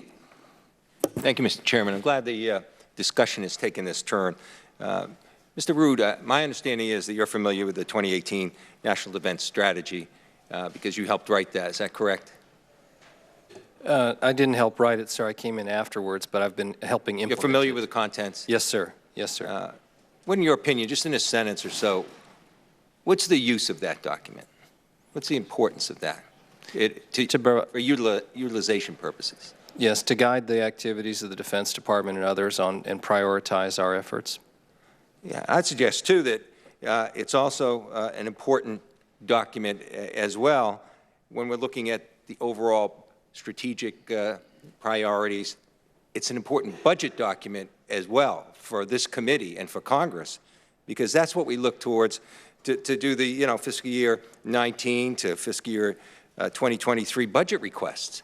So although things do change quickly, when I heard the Admiral say that, it's hard to get priorities when you were asked that question about our activities in the southern border versus what's in that defense strategy document, or we have to be creative. That creates problems for us doing our job and using that. For instance, Mr. Root, is in that whole document, was the term southern border ever, those words ever in that document? I don't recall that in the unclassified version. Was the word caravan ever used? Not that I can recall. So here's our dilemma as a committee and a Congress. We have to have priorities. Money is finite, and we have to make decisions on funding. So I think we have this is an important hearing as a discussion point to go from going forward, because things aren't in sync in terms of the way I view them. We have to make those decisions. We have to assess priorities. This committee has a history, this Congress has a history of really relying on our defense and our military to tell us what those priorities are so we can fund them. I think we're at a point where I'm hearing terms, it's just hard to give priorities. Everything's important. Things that aren't even mentioned in the strategic document we're supposed to use to make those priorities are now coming to the forefront, and they're being said. There's crisis surrounding those things. But the two things have to get in sync. And I think instead of a question, you might want to comment, how can this committee best function? Because we can't function giving those resources going forward when we have to take a turn and look at different views, quote unquote, or we have to be creative. Those things really make our job next to impossible. Could you comment on it? Sure, Congressman, I would say commend your knowledge and the way that you're following the National Defense Strategy. That is our guidepost in the Defense Department.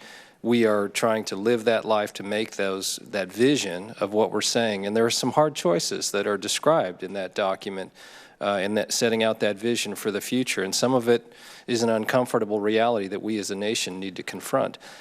With respect to support to civil authorities, I would say those kinds of requests, and we do not lack the ability to prioritize our resources, and I think you'll see in the coming budget that we have made a major effort to try to tack along the lines of the National Defense Strategy.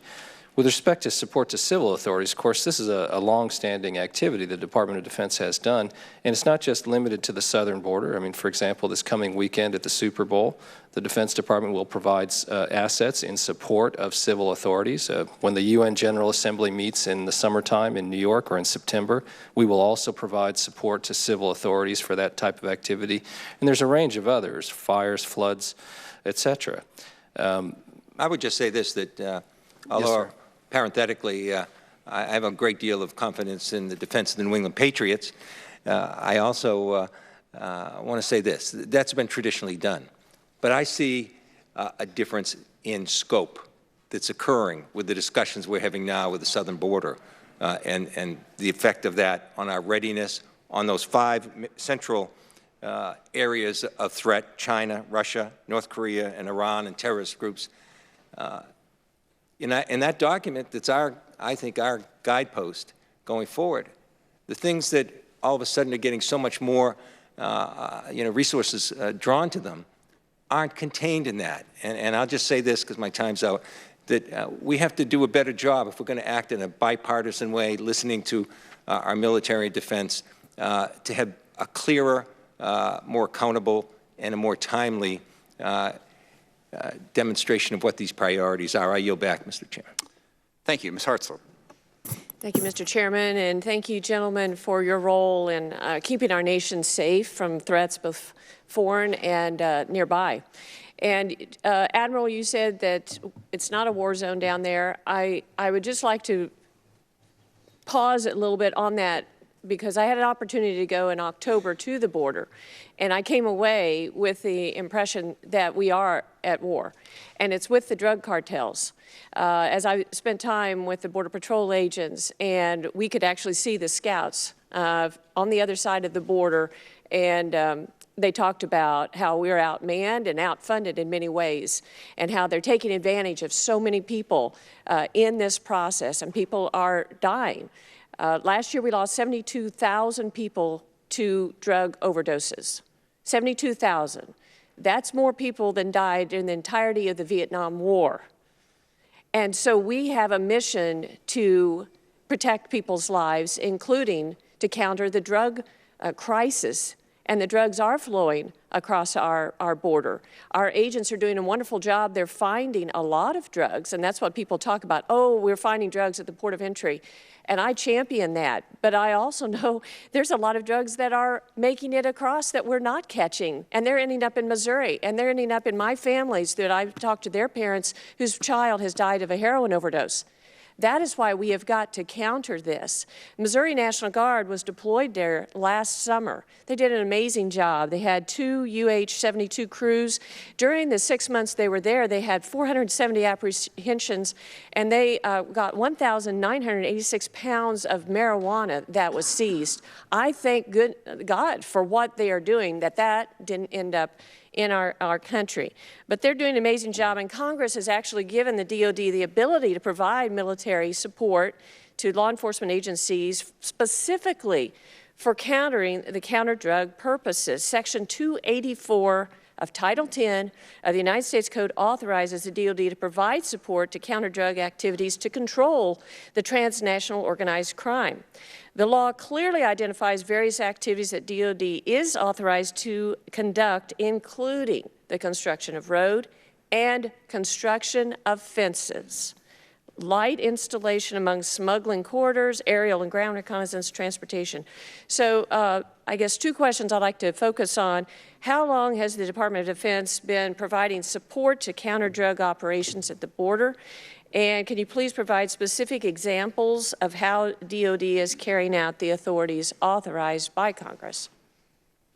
Congresswoman, we have at the Department provided support to counter-drug missions at the Department of Homeland Security and indeed other civilian agencies for a very long time, for decades. That support continues. As you correctly point out, Section 284 of Title 10 does provide the Secretary of Defense the authority in performance of that counter-drug mission, such as blocking drug smuggling corridors, to erect barriers, fencing, provide road construction, things of that nature to aid in that counter-narcotics mission. So you're saying that Congress has authorized the Department of Defense to build a fence to counter drugs?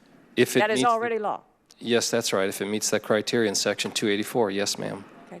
How many miles of fence have been built to date under this authority? I'll have to take for the record the specific amount of fencing built under that authority. Now, of course, there's 654 miles of barrier at the southern border today. Right.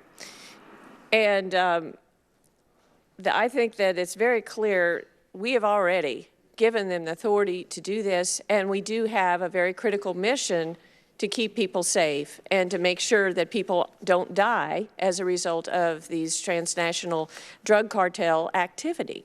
And currently, they are. So it's imperative for us to find a solution. And I'm very hopeful that in the next 3 weeks, we'll come together in a bipartisan fashion to address the security issue as well as the humanitarian issue that Ranking Member Thornberry mentioned, because we have a 42% increase in the number of family units, and we have 60,000 unaccompanied children that were caught last year. 60,000. I'm a former teacher and a mom. This is a humanitarian crisis. We had 2 children die. As long as there's this incentive with an open border, the drug cartels are going to continue to take advantage of women and children, and people are going to die.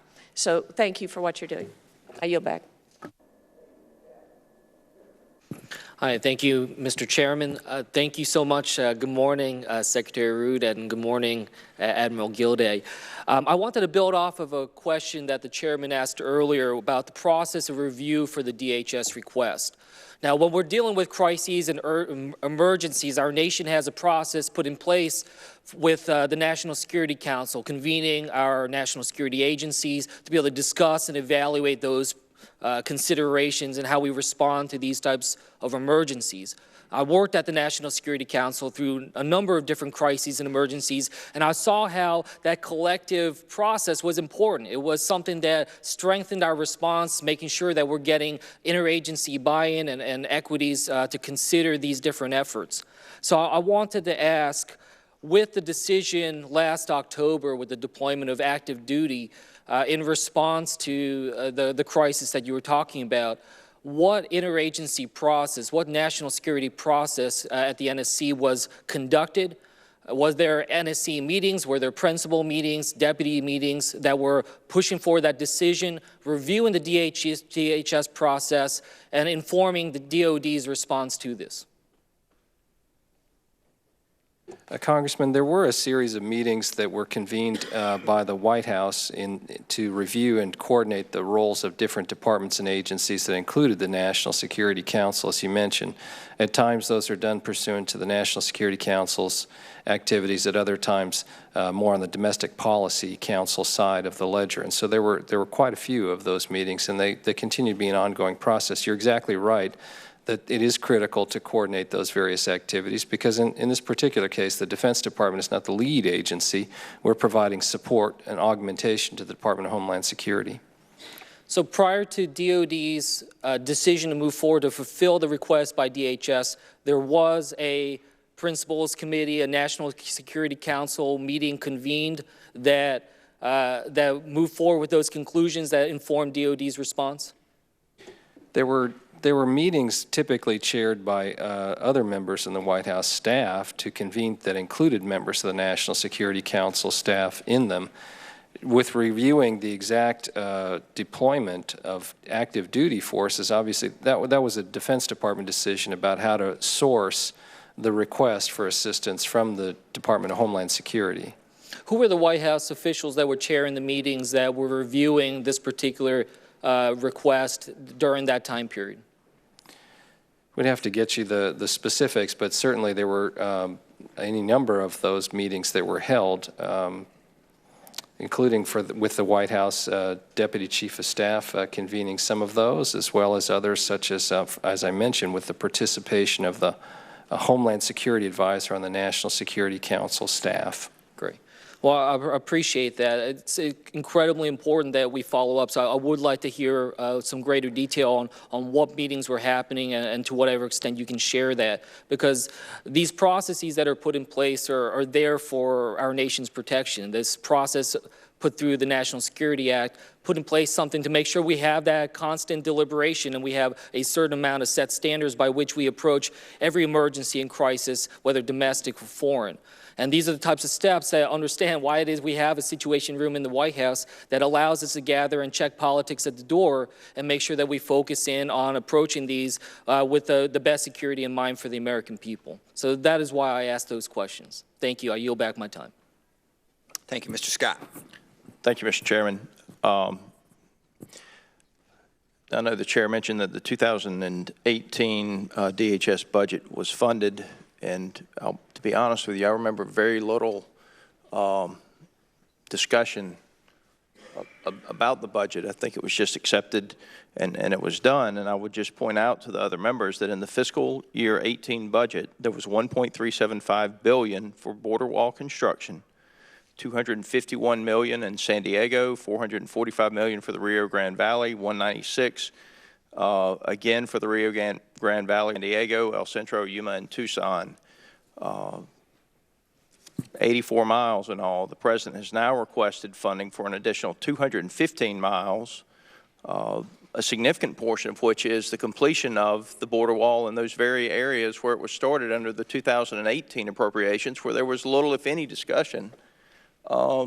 Certainly no discussion about it being immoral to do such a thing. I want to follow up on what my colleague, Ms. Hartzler, said, and the Congress lady from Virginia, Ms. Loria. I believe the point she was getting at, and I want to encourage my colleagues, I don't pretend to tell anybody on this committee what to do, but I would suggest that a CODEL to Southcom to discuss Guyana South and the things that go on down there and what can be done to stop the flow of drugs in the United States is well worthwhile and would be worth the committee actually having a hearing on. But if I may, reading from a report from Latin America, from, forgive me, I don't have the name who did this. As of 2016, 43 of the 50 most homicidal cities in the planet were located in Latin America. Is that consistent with your beliefs, gentlemen? Sir, I confess I am not familiar with the particular statistics you're citing, but obviously there are a number of cities in Latin America that do experience a high rate of homicides. At least 17 of the top 20 countries in the world with regard to homicide rates are located in Central America. I think one thing that most of us would agree on, and that's from a report from the IGARPE Institute, I think one of the things most of us in this committee would agree on is that the vast majority of that violence is the end result of the trafficking of drugs and the money that comes from drugs to the cartels in those regions and countries of the world. Do you believe that's a fair statement? Yes, sir. Admiral,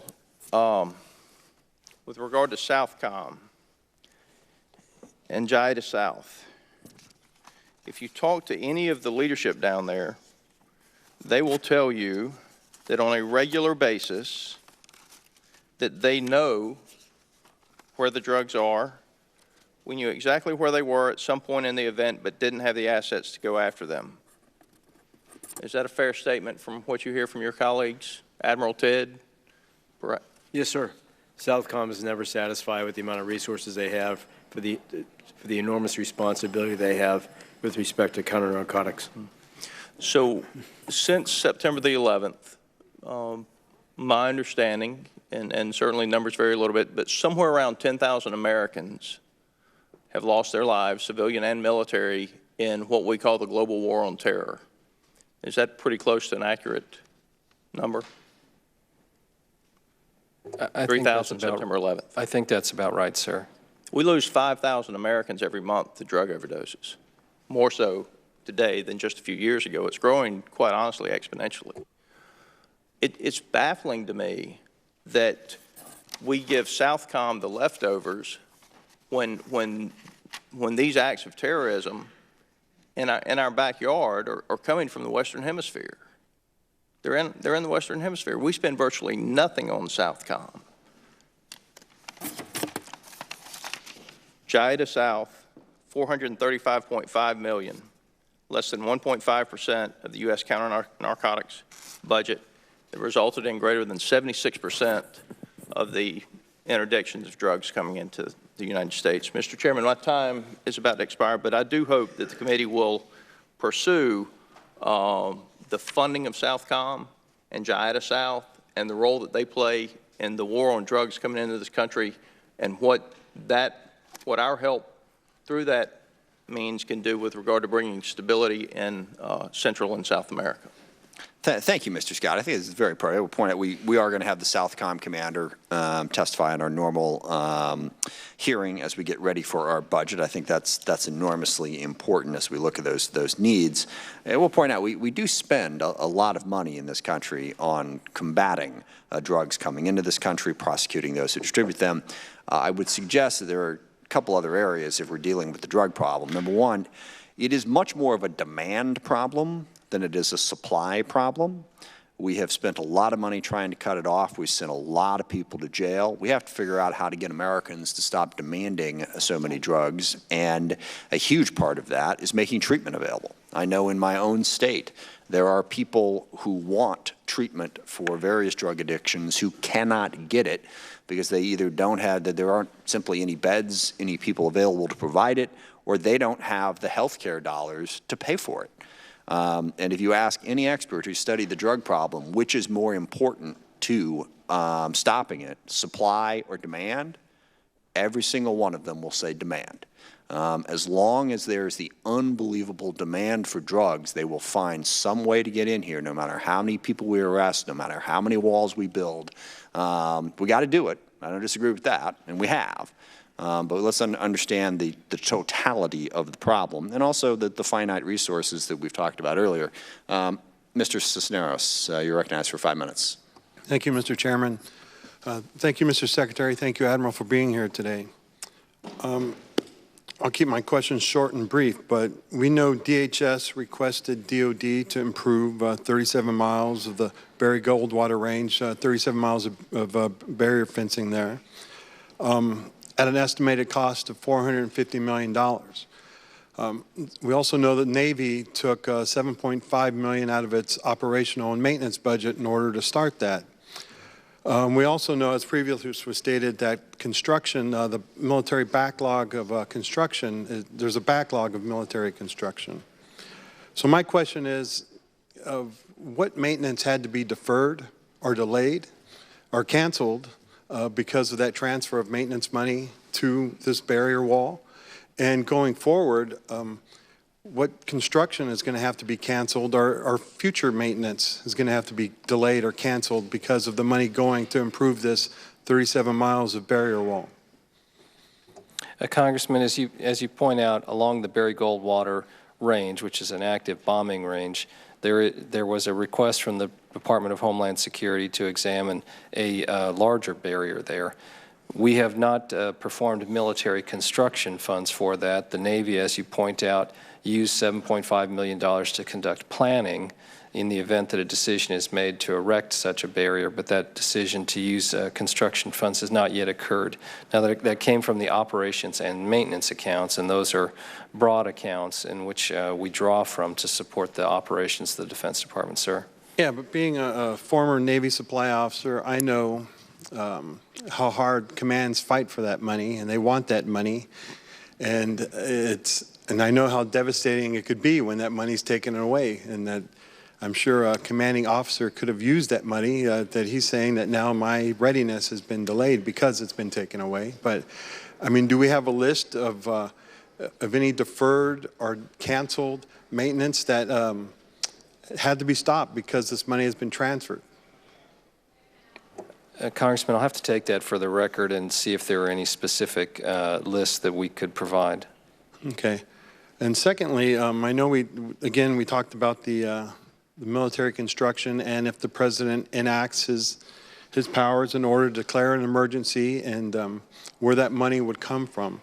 And I know you can't answer a hypothetical question, or you don't want to answer a hypothetical question, but will you commit to providing a list to the committee in the event that authority by the president is triggered, including the specific impact on military readiness and the requirements of each project that is identified for cancellation or deferral if the president, in fact, does declare an emergency in order to build his wall? Congressman, again, the president has not made such a declaration at this point, and then depending on which part of the law that he would authorize DOD to act pursuant to, then that would guide us down another path that we would have to meet the requirements of that law. So it may not involve military construction, depending on should the president invoke such authority, and then what authority he should cite in that declaration. And so it'd be premature, since we don't possess such a list at this point, to provide that to you. I understand, but what I'm asking simply in this situation is if that situation does occur, will you provide a list to this committee telling us what construction is being canceled? We would certainly operate in accordance with the law. I think here we are not yet at the stage where we would reach such a question, sir. And so we would obviously keep the committee informed about our activities, but consistent with the requirements in whichever applicable law was conducted. And depending on which authority the president cited, there are different requirements that apply, as you're aware, I'm sure. I defer my time back. Thank you. Mr. Brooks. Thank you, Mr. Chairman. 9/11, as we all know, resulted in the deaths of roughly 3,000 Americans in New York, Pennsylvania, and Virginia, in the Washington, D.C. area. And the net effect of the loss of those 3,000 lives was to invade Iraq and Afghanistan at a cost of trillions of dollars and many thousands of lost lives by military personnel and civilian support personnel. In contrast, illegal aliens cause roughly 2,000 homicides on American soil per year. At least over 2,000 illegal aliens were apprehended by federal law enforcement officers in fiscal year 2018 for homicides. And as was mentioned earlier by Congresswoman Hartzler and Congressman Scott, drug overdoses cost roughly 70,000 American lives per year. And the evidence is overwhelming that a substantial portion of the drugs, those poisons that cause the loss of American lives, come across our southern border illegally. In terms of lost American lives, then, our porous southern border, combined with the homicides of illegal aliens, far exceeds the loss of life caused by 9/11. With that as a backdrop, I want to direct your attention to 10 United States Code 284, which authorizes President Trump to deploy the military to the southern border, to build fences, and to do a lot of other things. And for clarity, if you look it up in the dictionary, the word fence includes the word barrier, and the word barrier includes walls made of a variety of different materials. So that having been said, it seems to me that 10 U.S. Code 284 can be used by the President of the United States to direct the United States military to build a wall. Now, as of today, you've mentioned military forces along the southern border. Have any of them been deployed pursuant to 10 U.S.C. 284?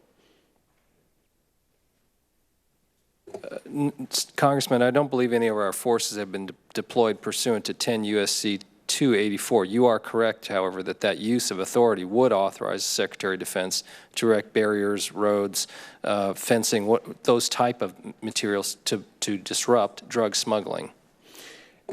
Does 10 U.S.C.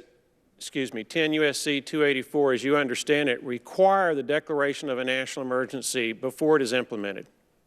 No. It does not? No. Has President Trump, to your knowledge, ever used 10 U.S.C. 284 to direct the military to build the wall that is necessary for border security? No, not to my knowledge, Congressman. If President Trump were to direct the Pentagon, the United States military, pursuant to 10 U.S.C. 284, to build such barriers as are necessary to secure our southern border from drug trafficking and international crime cartels, would the United States military obey that order? If we judge it to be a lawful order, yes, sir. And I assume it would be. Thank you. I appreciate your responses. And, Mr. Chairman, I yield back the remainder of my time. Thank you. Ms. Houlihan. Gentlemen, thank you so much for your time. Mr. Rood and Admiral Gilday, I'm a new member of Congress and newly put on the Readiness Subcommittee, and so most of my questions will have to do with the readiness aspect of this. And I understand for years that the department has been briefing Congress on the concerns of readiness on our armed forces. And so to that end, I'd love it if you're able to talk us through a couple of the major units that are deployed at the border, what their mission is, and if you could tell us what they would be doing if they weren't on the border right now, normally. That's a good question.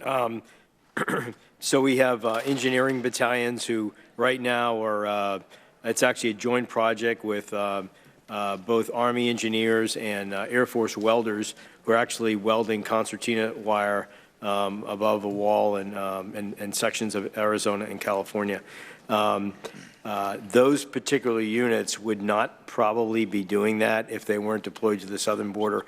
I'm not sure where they were in their readiness cycle when they were deployed, but I can look up that information and try to give you a sense. With respect to readiness, I will honestly say that some units either have or will miss company-level training opportunities based on their deployment. But because we're limiting the deployments to fairly short periods of time, we believe that in every one of those cases, we can recover from that. So if it would be all right to ask for the record, if we could have a list of all of the units that are deployed and also their DERS reports from before and after the deployment, so that we could understand from a quantitative perspective how the readiness has been affected, if it has been positively or negatively. My second question is for either of you all, and I understand in reading your preparation material that in some cases, small portions, and in some cases, individuals are being deployed from their units, separate from their units. And we know that units have a finite period at home to train for their next deployment. Are we hurting their home unit training or readiness? Are we impeding or impairing individuals' career abilities by deploying in this way? I don't think it's a significant impact based on the short duration of time that we are deploying them. We have tried to, whenever possible, deploy our personnel as units instead of deploying them individually, because that's how they were trained and certified, and so we're trying to maintain that construct so we get the most out of that deployment forward down to the border. There is a cost with respect to dwell time when we do deploy them. We have to recover that, and so there's no way around that. But again, we have tried to minimize the time away to minimize that recovery. So it definitely is clear in the preparation materials that I read that there were some individuals and very small groups of people that have been deployed. And so I would like to know if there's any way of capturing the impact of that you could report back to us from a quantitative perspective. The next question that I have is for Mr. Rood, which has to do with Title 10 and Section 276, which states that the Secretary of Defense should prescribe regulations to ensure that the provision of any support to law enforcement does not adversely affect the military preparedness of the United States. Are you aware of any directives or policy statements put forth by the Department to ensure that any readiness impacts of this border deployment has been mitigated? The deployments that have done to the border area, of course, are all consistent with our domestic authorities and are not DOD personnel deployed there are not engaged in law enforcement activities. The Secretary does gauge their impact on readiness, and as mentioned, we track that through a regular reporting system, and depending on the units, in some cases readiness is increased, in other cases it's declined, and that varies over the course of a deployment. So I'm not certain if I heard a yes or no answer to the question. I guess I was asking if there were any directives of policy statements put forth by the Department, and I didn't know if I actually heard a yes or no on that. Could I ask you to clarify? You're asking for a directive that changes the present policy on I'm looking usage? for how the directives are being implemented specifically. Perhaps I could take that for the record. I'm not aware of any change from our past practice So it with sounds like respect to that's a no, I guess, is the answer. I'll confess, I'm not sure I properly understand your question. I'm sure it's my issue, Not a problem. Not a problem. I yield the rest of my time, and thank you, sir. Thank you, Mr. Chairman. At this hearing today, we've heard comments that have already established that the current U.S. military presence on the southern border is indeed similar in size and scope to the DoD's support to border protection and security over the previous two administrations. And I understand that DoD pays the bill to support DHS through use of operation and maintenance and personnel funds, usually to the tune of about $100 million per year. My question, and this will build upon some of the previous questions, is what, if any, readiness functions go unfunded or unexecuted because of the additional cost to support missions like Operation Guardian Support and Operation Faithful Patriot? I know in the previous response you touched upon the cost because of dwell time. Can you go further in depth on the dwell time issue, but any other readiness impacts? So in terms of monetary cost, in terms of what we've had to reprogram in order to conduct an out-of-cycle deployment, I'll have to get back to you on what the trades were in order to make that happen. So we didn't do something. We're not going to do something based on that deployment, but I'll have to go back and take a look at that in order to give you a more concise answer. Okay, I think that is really important that we get that information. Building upon that, and this was also touched upon previously, but I'd like more specifics. Can you describe what the training value is to active duty Army and Marine Corps units deployed to the southern border? And are we ensuring that the right types of units perform the right types of duties to enhance their training and readiness? I think that we have done an excellent job at matching specific skill sets and units that have been trained in those mission areas that we're matching them to along the border. And can you give me an example of that? I think a really good example are military police. And so we're using them in a mission to protect CBP should those ports of entry get overrun. They are the absolute perfect unit to perform that function. I mentioned earlier they've received great training value from the training vignettes that they've done with CBP in preparation for that mission.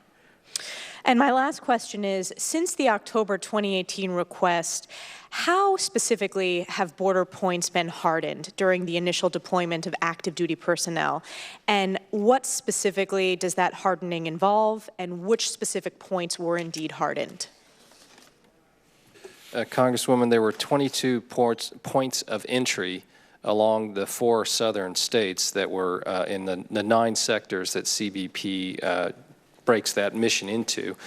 And at those barriers, at those areas, around the points of entry, 70 miles of concertina wire was in place atop existing barrier. In other cases, depending on the location, to control vehicle traffic, there was a request for jersey barriers or other vehicle shaping barriers. And then in other cases, to harden the specific location, construction was performed to create barriers and place shipping containers, things of that nature. It varied depending on which point of entry and how the hardening was done. Thank you very much. I yield back. Thank you, Mr. Crow. Thank you, Secretary Rood, Admiral Gilday. We appreciate you being here today. I've been struggling to try to piece together a chronology of the decision to send the active duty troops to the border. As many of my colleagues have pointed out, there's a long history of National Guard and Reserve cooperation and support. But what distinguishes this is the use of active duty and the number of active duty troops. And I'm also very concerned always with operational need driving the use of active duty forces as opposed to politics. So could you help me answer a simple question? Who originated the idea to send active duty soldiers to the border? Did that idea come out of the White House, or did it come out of the Department of Homeland Security? Neither, sir. When the request is received for assistance by the Department of Homeland Security is the mission holder, and they provide a request for assistance where they are unable to meet their needs to the Defense Department. The Defense Department then looks at those needs, whatever the request is, and tries to identify from the total force the best way to source the mission need. And that's where the decision ended up being made in that particular case, as Admiral Gilday testified, to use active duty troops last fall in addition to the National Guardsmen that were already deployed. So there was a determination that there were no sufficient National Guard and Reserve forces available to meet that request. Both. So it was primarily driven by timing. I described at the time the direction came from the White House and those migrants were massing down in southern Mexico. The direction was to move forces fairly expeditiously to the border. And so based on the fact that with so you said that directive came from the White House? That directive ultimately came from the White House, yes. Okay. As I recall. So that direction for us to deploy, not necessarily to use active duty forces, that was a decision made inside the department. Okay. The second question relates to just the living conditions for our troops on the border. There were reports late last year of our soldiers in tents without running water. Can you please explain for me what the living conditions for those soldiers look like right now? My understanding is that the living conditions are pretty good for deployed units that are living in tents. I haven't heard any reports, sir, of lack of running water or any facilities that they require. How many soldiers are living in tents right now? So I have to get back to you with an exact count. Based on the mission and the location, we probably have some people in hotels, particularly as we move to this, as we transition to the missions between the POEs, out in the middle of the desert in some cases. Okay. So I'll have to get back to you with specifics. Admiral, you said earlier that barriers are ineffective unless you are also surveilling them. One of the requests from DHS is to build an additional 150 miles of concertina wire by March of this year. Is it your understanding that that 150 miles will also be surveilled mileage? It is not. I don't know what CBP's plan is along that section of concertina wired wall that we're helping out with. I don't know what their long-term plan is.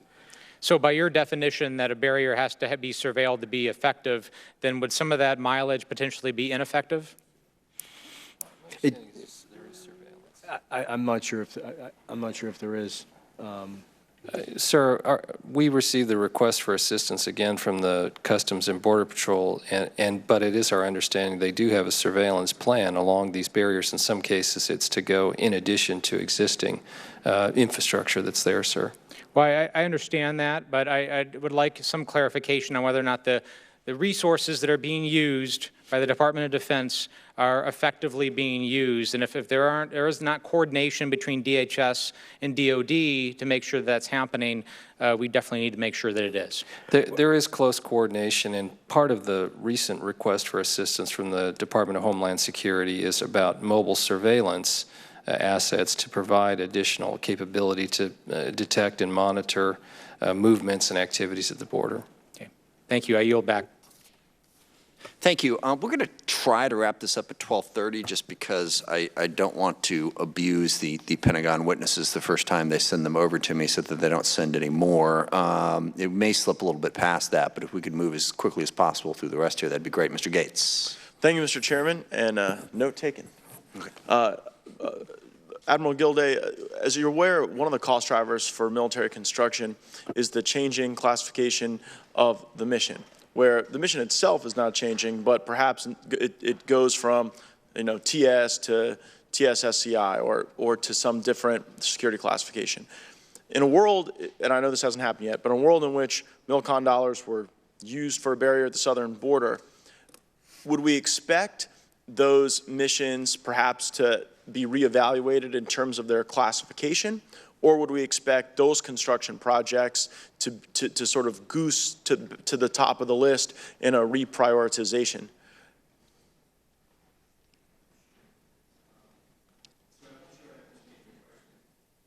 I'm not sure I understand your question specifically, sir, with respect to the security classification. Right. So in a world in which one of the cost drivers to MILCON is the fact that some facilities have to go from TS to SCI, yes, or secret to TS. Like, walk us through what happens to those types of projects in a world in which resources were not available for that type of construction.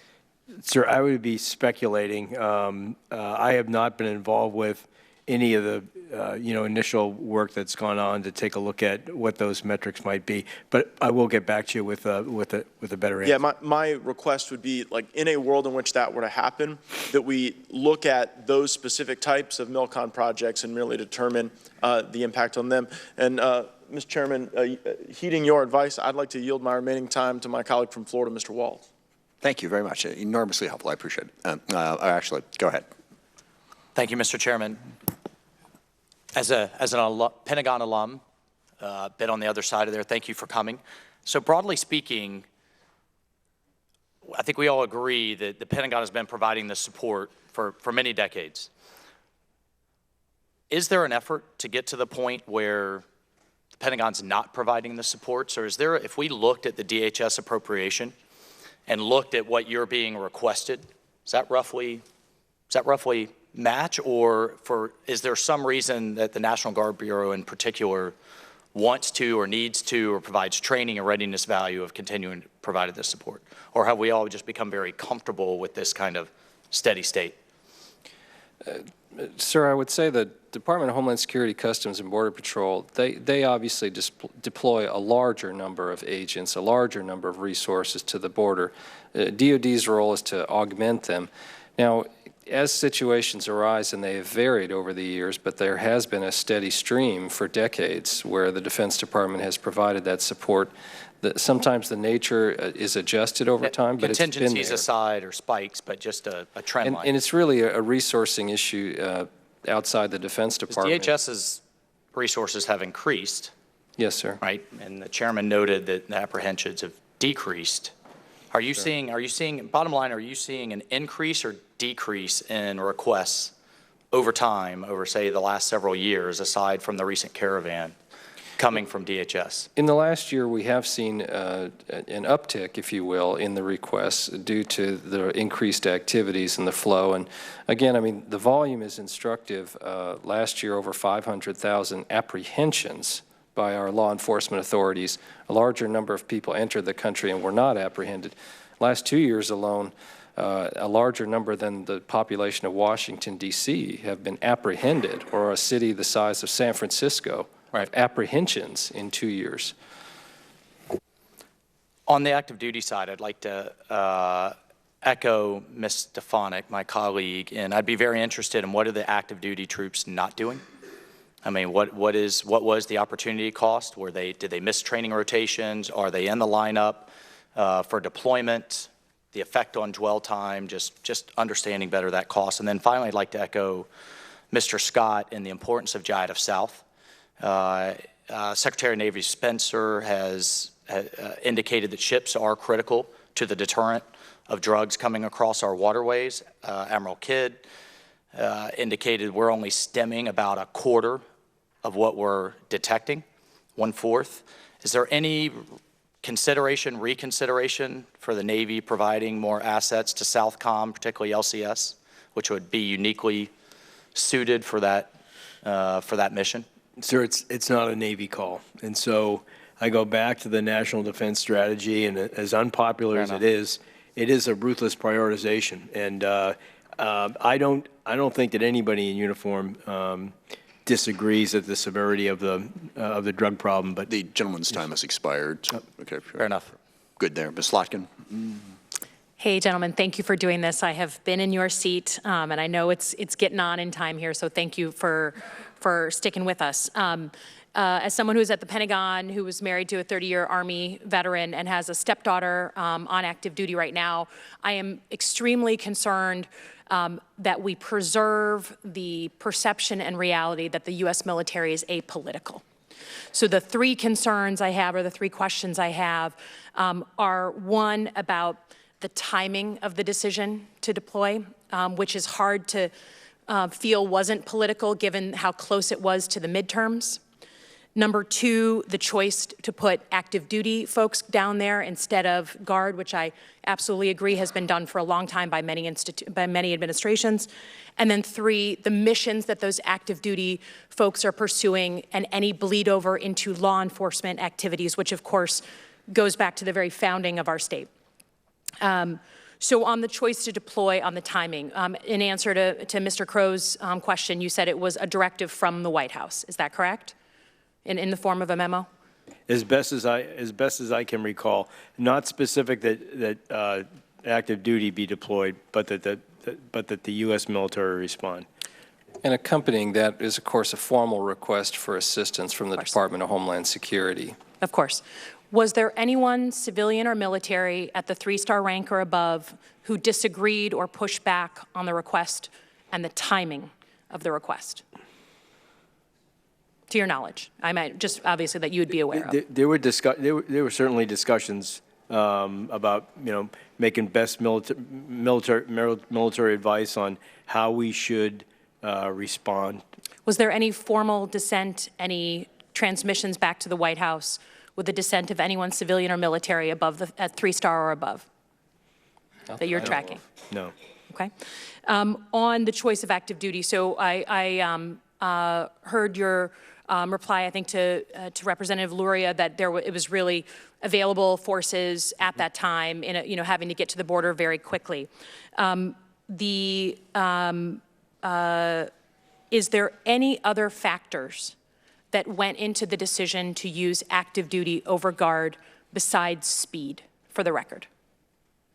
intelligence reporting, obviously we're in an unclassified setting, any other factors on record that led to the decision to use active duty? I think other factors were capacity, the right skill sets, readiness impacts were considered, and timing was key. Was there ever a consideration of, we've now seen stories come out of some, I think, misstated talking points about the terrorist threat emanating out of the caravans, out of the number of terrorists that were coming across the border in that area. Was there a threat assessment in any way that led to the choice to use active duty over guard? No, there was no connection. Okay. And then the missions, just obviously we all know that the U.S. military cannot perform law enforcement activities inside the United States. I'm sure we all believe that that's important.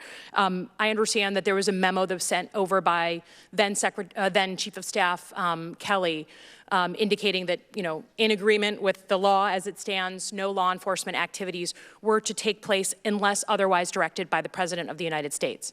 Has the President of the United States directed the Department of Defense in any way to use those forces in law enforcement roles? No. No. Okay. Thanks, gentlemen. I yield the rest of my time. Thank you, Mr. Bacon. Thank you, Chairman, and I want to thank both of you for coming in. I thank you for your leadership and your service in securing our country. We have serious vulnerabilities on our southern border, and American citizens are suffering a devastating impact. We've talked about drugs today, human trafficking, some of the criminals that get through that victimize innocent Americans, Sunni extremism, we can go on. And I think Ms. Hartzler raised just a huge impact. 72,000 Americans this year will suffer or die of an overdose. And much of those drugs are coming over from our southern border. So I just want to make the statement that Republicans and Democrats must sit together, negotiate, and solve this problem in good faith. Americans demand it, and we can do better. Undersecretary Rood, I just want to clarify a couple of your key points from our constituents back in the Nebraska 2nd District. And what I want to just clarify some key points to make sure that I have it right. Is the current deployment consistent with past precedent of Republican and Democratic administrations? Yes. Is the current deployment consistent with law? Absolutely. And is the current deployment in support of an inherent federal function? Yes. Thank you. I think those are key points that we need to stress. Admiral Gilday, about a year ago, Admiral Tidd said that some of the pathways of vulnerabilities used by criminal organizations in South and Central America are being exploited by terrorists. The Guatemalan ambassador personally told me that he has detained dozens of Sunni extremists within their country that were trying to get to our country and they had false identifications. Rear Admiral Hendricks said a year ago that individuals have been detained south of the border who have ties with terrorists and some with the intentions to conduct attacks against our homeland. Can you give us an update on what you know, what this threat of terrorism is via our southern border? Thank you. Yes, sir. I will say this. The threat is real. I would also say that we have a significant presence of special forces in South America as we speak. They're conducting training missions. And so as we talk about priorities within the Department of Defense and the fact that we are resource constrained, it's in our best interest to form those partnerships to help those countries take care of those problems whenever they can. And so that's where that is an example of our focus in South America, getting after that particular threat stream. If you have any other updates that you can share, obviously in an unclassified setting, on the terrorist activity that we're seeing through South America and Central America. Most of the information I have is about 8 months old. Yes, sir. We can arrange a briefing for you to get an update on that. Okay. Thank you. I yield back. Sir. Thank you, Ms. Sherrill. Thank you, gentlemen, for being here today. Thank you for your preparation. You're obviously, you've taken quite a bit of time to come here, and thank you to your staff for all of the preparation as well. I was happy to hear from my colleague that the National Guard's troops were excited and enjoyed being deployed on these extra missions. I have heard that from some of our National Guardsmen and women as well, that they enjoy the extra training. I can tell you that our active duty servicemen and women do not always enjoy the extra deployments, especially as they come right before the holidays over Thanksgiving and Christmas, as this one did. I bring that up because I am really concerned about the op tempo. As you know better than I, Secretary Rood, over the last several years, we've seen significant strain on our armed forces. From the 5 accidents in the 7th Fleet, the tragic loss of 17 sailors aboard the USS Fitzgerald and the USS McCain, to our Special Forces leadership expressing concern at the high rate of deployment and how it's affecting recruitment, to Secretary Mattis himself highlighting the need to restore readiness to our National Guard by resetting their equipment. We have seen strains in our military. I know that's something, Admiral Gilday, that the military has been working very hard to get troops back home with their families at a better rate. You, I'm sure, during your service saw the difference after 9/11 in troop deployments and what a hardship that could be on our military service member and families. Given that, Secretary Rood, it's my understanding that our troops at the border are providing the following capabilities: stringing concertina wire, as we've heard, planning assistance, engineering and aviation support, medical teams, command and control facilities, mobile surveillance, camera operations, and temporary housing and personal protective equipment for CBP personnel. Are any of these missions that the DHS or contractors for the DHS could not provide? Well, the starting point, of course, Congresswoman, is the DHS making an assessment that their organic capabilities, they need augmentation, and therefore they're making a request to the Defense Department for support to civil authorities. So that's the triggering event. Obviously, the Department of Homeland Security, CBP, and others possess things such as helicopters and medical personnel in addition to the Defense Department. But depending on the circumstances, they've made a determination that their assets, and we work with them to try to develop an understanding of the mission need, that their assets were insufficient by themselves to meet that need. Hence, they've made a request for assistance. So they've made the determination that their assets are insufficient. Were they given sufficient assets, could they undertake those missions? In a general sense, yes. I mean, for example, some of the helicopter support that DOD has provided, if the DHS, I assume if they had sufficient rotary wing support, they could have met that mission need themselves. The reason I'm asking is because, as you yourself said, the rotary wing support, and as a former helicopter pilot, I'm certainly interested in all things rotary wing. The needs overseas are very great, and now that we're providing this on the border, the balance between what DHS should be doing and what I think active duty military troops should be doing is something that I'm very interested in. And so what I'm looking for is, should the DHS really be advocating for better supplies, and then we, as the House Armed Services Committee, can really help our troops to perform their missions and their traditional missions, especially overseas with our wars in Syria, Iraq, Afghanistan, as well as now where our special forces are deployed across the world, including, as we hear, in South America. And so I guess that's something that I think we need to continue to look into. I'll talk to you a bit, Admiral Gilday. As you know, some of the nation's greatest threats are the security vulnerabilities in our land, air, and seaports. This is particularly something I care about, being from New Jersey, because we have some of the largest ports of entry in the United States. And there are new and emerging threats, and I'm concerned that all this talk about border security, when we don't include our other ports of entry, is really missing some of the emerging threats that we've seen. And I bring this up because just last Tuesday night at Newark Airport, one of the 15 busiest airports in the country, it was shut down for an hour after reports of an unauthorized drone when it entered their airspace.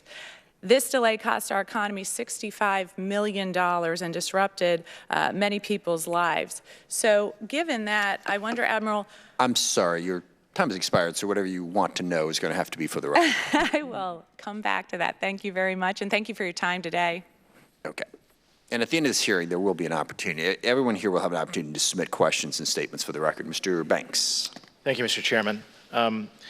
Secretary Rood, in a New York Times article dated November 10, 2018, anonymous Pentagon officials were quoted deriding the deployment as an expensive waste of time and resources and a morale killer to boot. Do you know who those anonymous sources at the Pentagon were that would call this a waste of time? No, sir. Obviously, this is a mission that we take seriously at the Defense Department, that we've executed before in various permutations, and we are executing in support of our colleagues at Border Protection.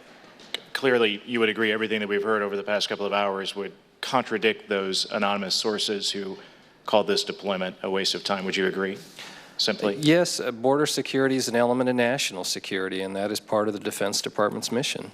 In a Time magazine article dated November 15, 2018, former Secretary of Defense Chuck Hagel said, quote, "It's a waste of time. It's clear to me that he's using the military as political pawns, which is completely irresponsible." Everything that we've heard over the past couple of hours would clearly contradict former Secretary Hagel's account of what's occurring at the border that our troops have contributed to, correct? Sir, I have not read former Secretary Hagel's comments, but I can say our mission is devoted to supporting the Customs and Border Patrol. There is a very legitimate, long-standing mission that we have performed over the years at the Defense Department and are doing so again. Later in that article, it's quoted saying, quote, "Troops often find themselves with little to do. They fill their time throwing a football around, texting their girlfriends, exercising, or waiting for the outdoor mess hall to open." Secretary, wouldn't you agree that quote and these descriptions are not just disrespectful but downright demeaning to our men and women in uniform? Our men and women in uniform are very devoted to the missions that they've been sent upon, and the type of behavior you're talking about, waiting for the mess hall to open or throwing a football, by the way, my travels around the world, is not unusual behavior Afghanistan as well, for our troops. That's right. Admiral, I wonder if you can, in your opening statement, you talked some about the surveillance mission. I wonder if you can, we haven't talked a whole lot about that today, but can you describe or give us anecdotes of what is involved with that mission and how our troops have contributed to that? So we're just transitioning now from our missions at the ports of entry to this surveillance mission between the ports of entry. We have an ongoing pilot program right now with the Marine Corps, with the Special MAGTF 7 out of Camp Pendleton, is actually working with CBP. One of the things we're trying to do is get our arms around the exact requirement with respect to manpower. And so the systems are a little bit different than the systems that we have in the Marine Corps or in the Navy or in the Army. And so we are, there'll be a training period, but essentially they're trucks and vans that have a surveillance camera suite. And we are, the mission is to conduct surveillance, detection and monitoring between the POEs so that we can then cue CBP to come in and make and detain the people. Fairly simple mission, but again, you know, you go back to the effectiveness of a barrier or any type of wall isn't effective without surveillance. So we owe you a report out on whether or not on the effectiveness of this operation. We have direction from the Secretary of Defense to conduct an assessment in no less than 90 days. Sir, if I could just add, a moment ago you talked about, you know, throwing around footballs, and we have tried really hard not to waste people's time down at the border. So there have been occasions when we haven't gotten it right with respect to numbers, and maybe we had excess capacity, but we have brought those people back when we realize that we have made a mistake, and we're not trying just to have a photo op down there with people on the border. I appreciate that. After hearing your testimony and your answers over the past couple of hours, it's clear to me more than ever that our troops have played a valuable role at the border, and we appreciate your testimony today. With that, I yield back. Thank you. We have 3 people left who want to ask questions. It is after 12:30, so if we could, and 2 of whom represent districts on the border, so I want to try to get to them. But the quicker we can do it, the more the witnesses will appreciate it. But Ms. Escobar from Texas. Thank you, Mr. Chairman. Gentlemen, thank you so much for being here. I'm very grateful for your leadership and for your responses to the questions. I come from the U.S.-Mexico border. I represent El Paso, Texas, which has been one of the safest communities in the United States for close to 2 decades. The vast majority of the individuals that we are seeing coming to the southern border are people seeking asylum. They are not individuals here who are setting out to do us harm. I want to recall that in 1997, and would like for you all to help me out with this, a young man, Ezequiel Hernandez, was shot and killed by a U.S. Marine who was patrolling the border. Can you help me and remind Americans, what are the rules of engagement when you are in communities like my own, like Redford, Texas and West Texas?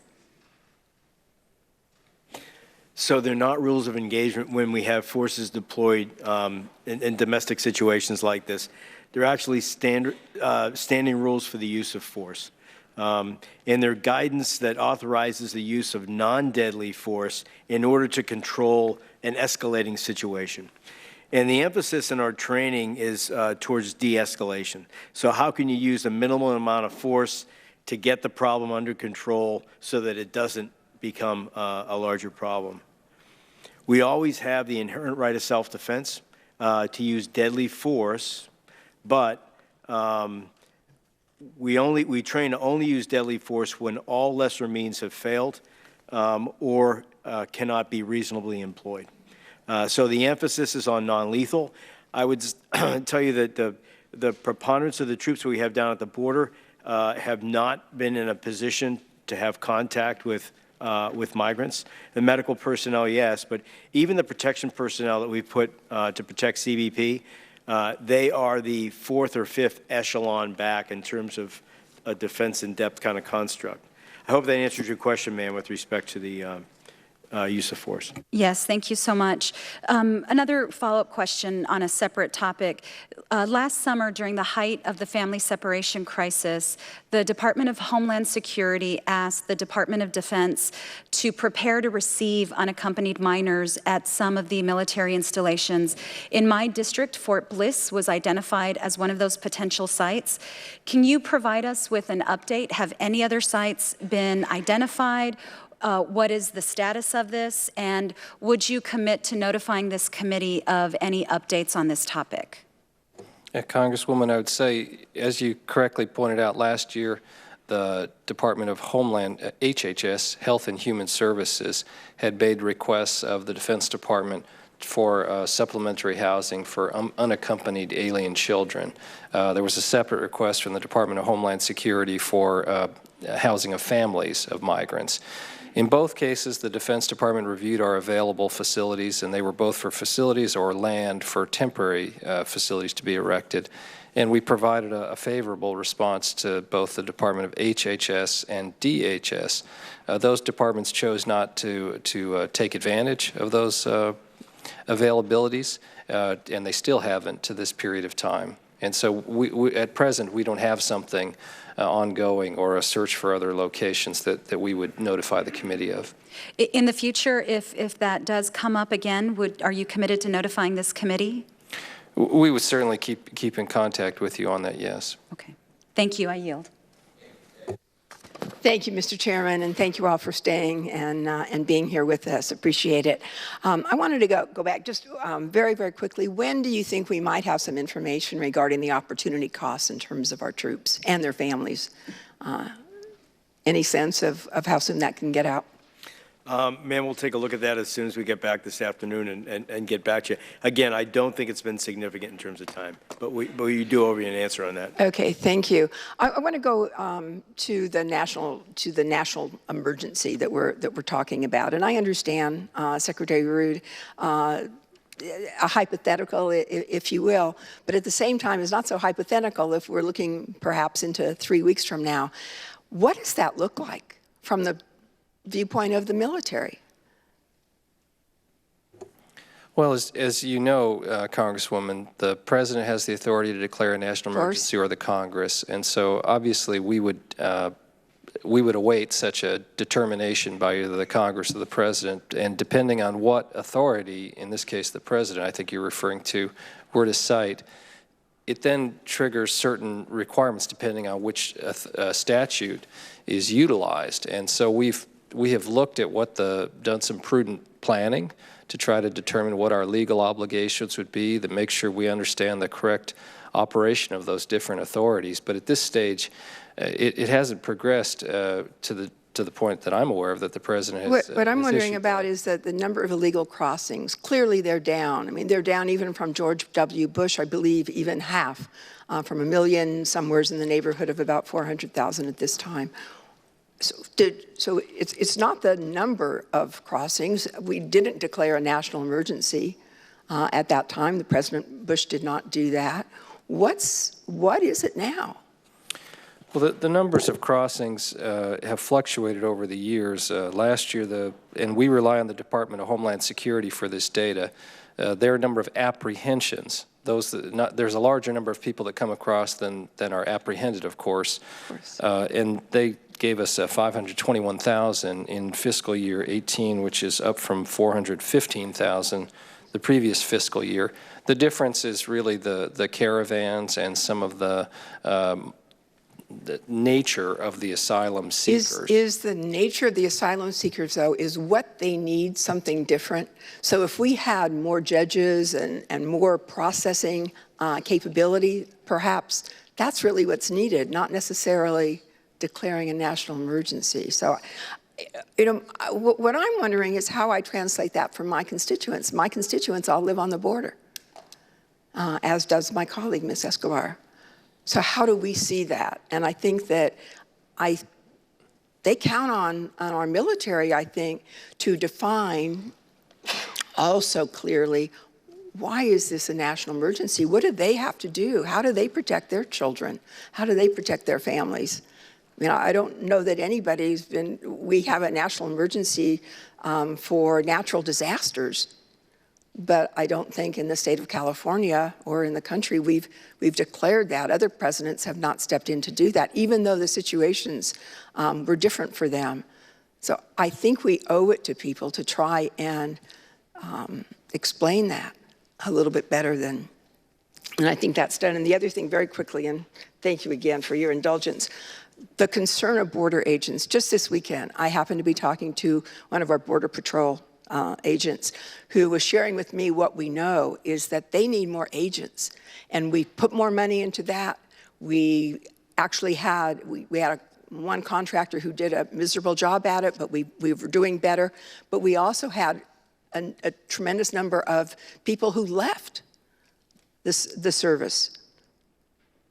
How are we going to keep up? And what role do these discussions have? I know that my constituent really felt that we've made it very difficult for people who want to be a border agent today. Not your problem, but I just think it's one that we need to recognize. If we're putting more money in, that's great, but we're not hiring the people because we're losing as many people as we're hiring. And so the attrition rate is really what's causing this problem. Thank you very much for being here. I appreciate your. Thank you, Ms. Spear. Thank you, Mr. Chairman, and thank you both for indulging us. I'm going to be as brief as possible. Let me first say that I wish my colleague on the other side of the aisle was still here. He referenced a service member as being disrespectful for commenting that it was a waste of time. I would suggest that that's the actions of a whistleblower, not someone who is being disrespectful. I spent Christmas Eve at the border serving our troops. In addition to doing that, I had 3 one-hour meetings with different groups at the border. And the colonel there said to me at the end of my time there, our mission is complete here. That was on December 24th. The service members told me about placing sea wire at the border. But they also said to me, people who are climbing over those fences and walls aren't running away. They are sitting on the wire or at the wire, waiting for a CBP officer to come and so they can be apprehended as asylum seekers. So I'm concerned that the readiness that we should be working on with our service members is not being done. Many of these service members now have lost time with their families at Thanksgiving, at Christmas, at New Year's, are still there. They don't have an end of the mission date that they can rely on. I don't think this is the way to treat our service members. So with all of that, I'm going to ask you to just comment on that. If the mission is complete, why are they still there?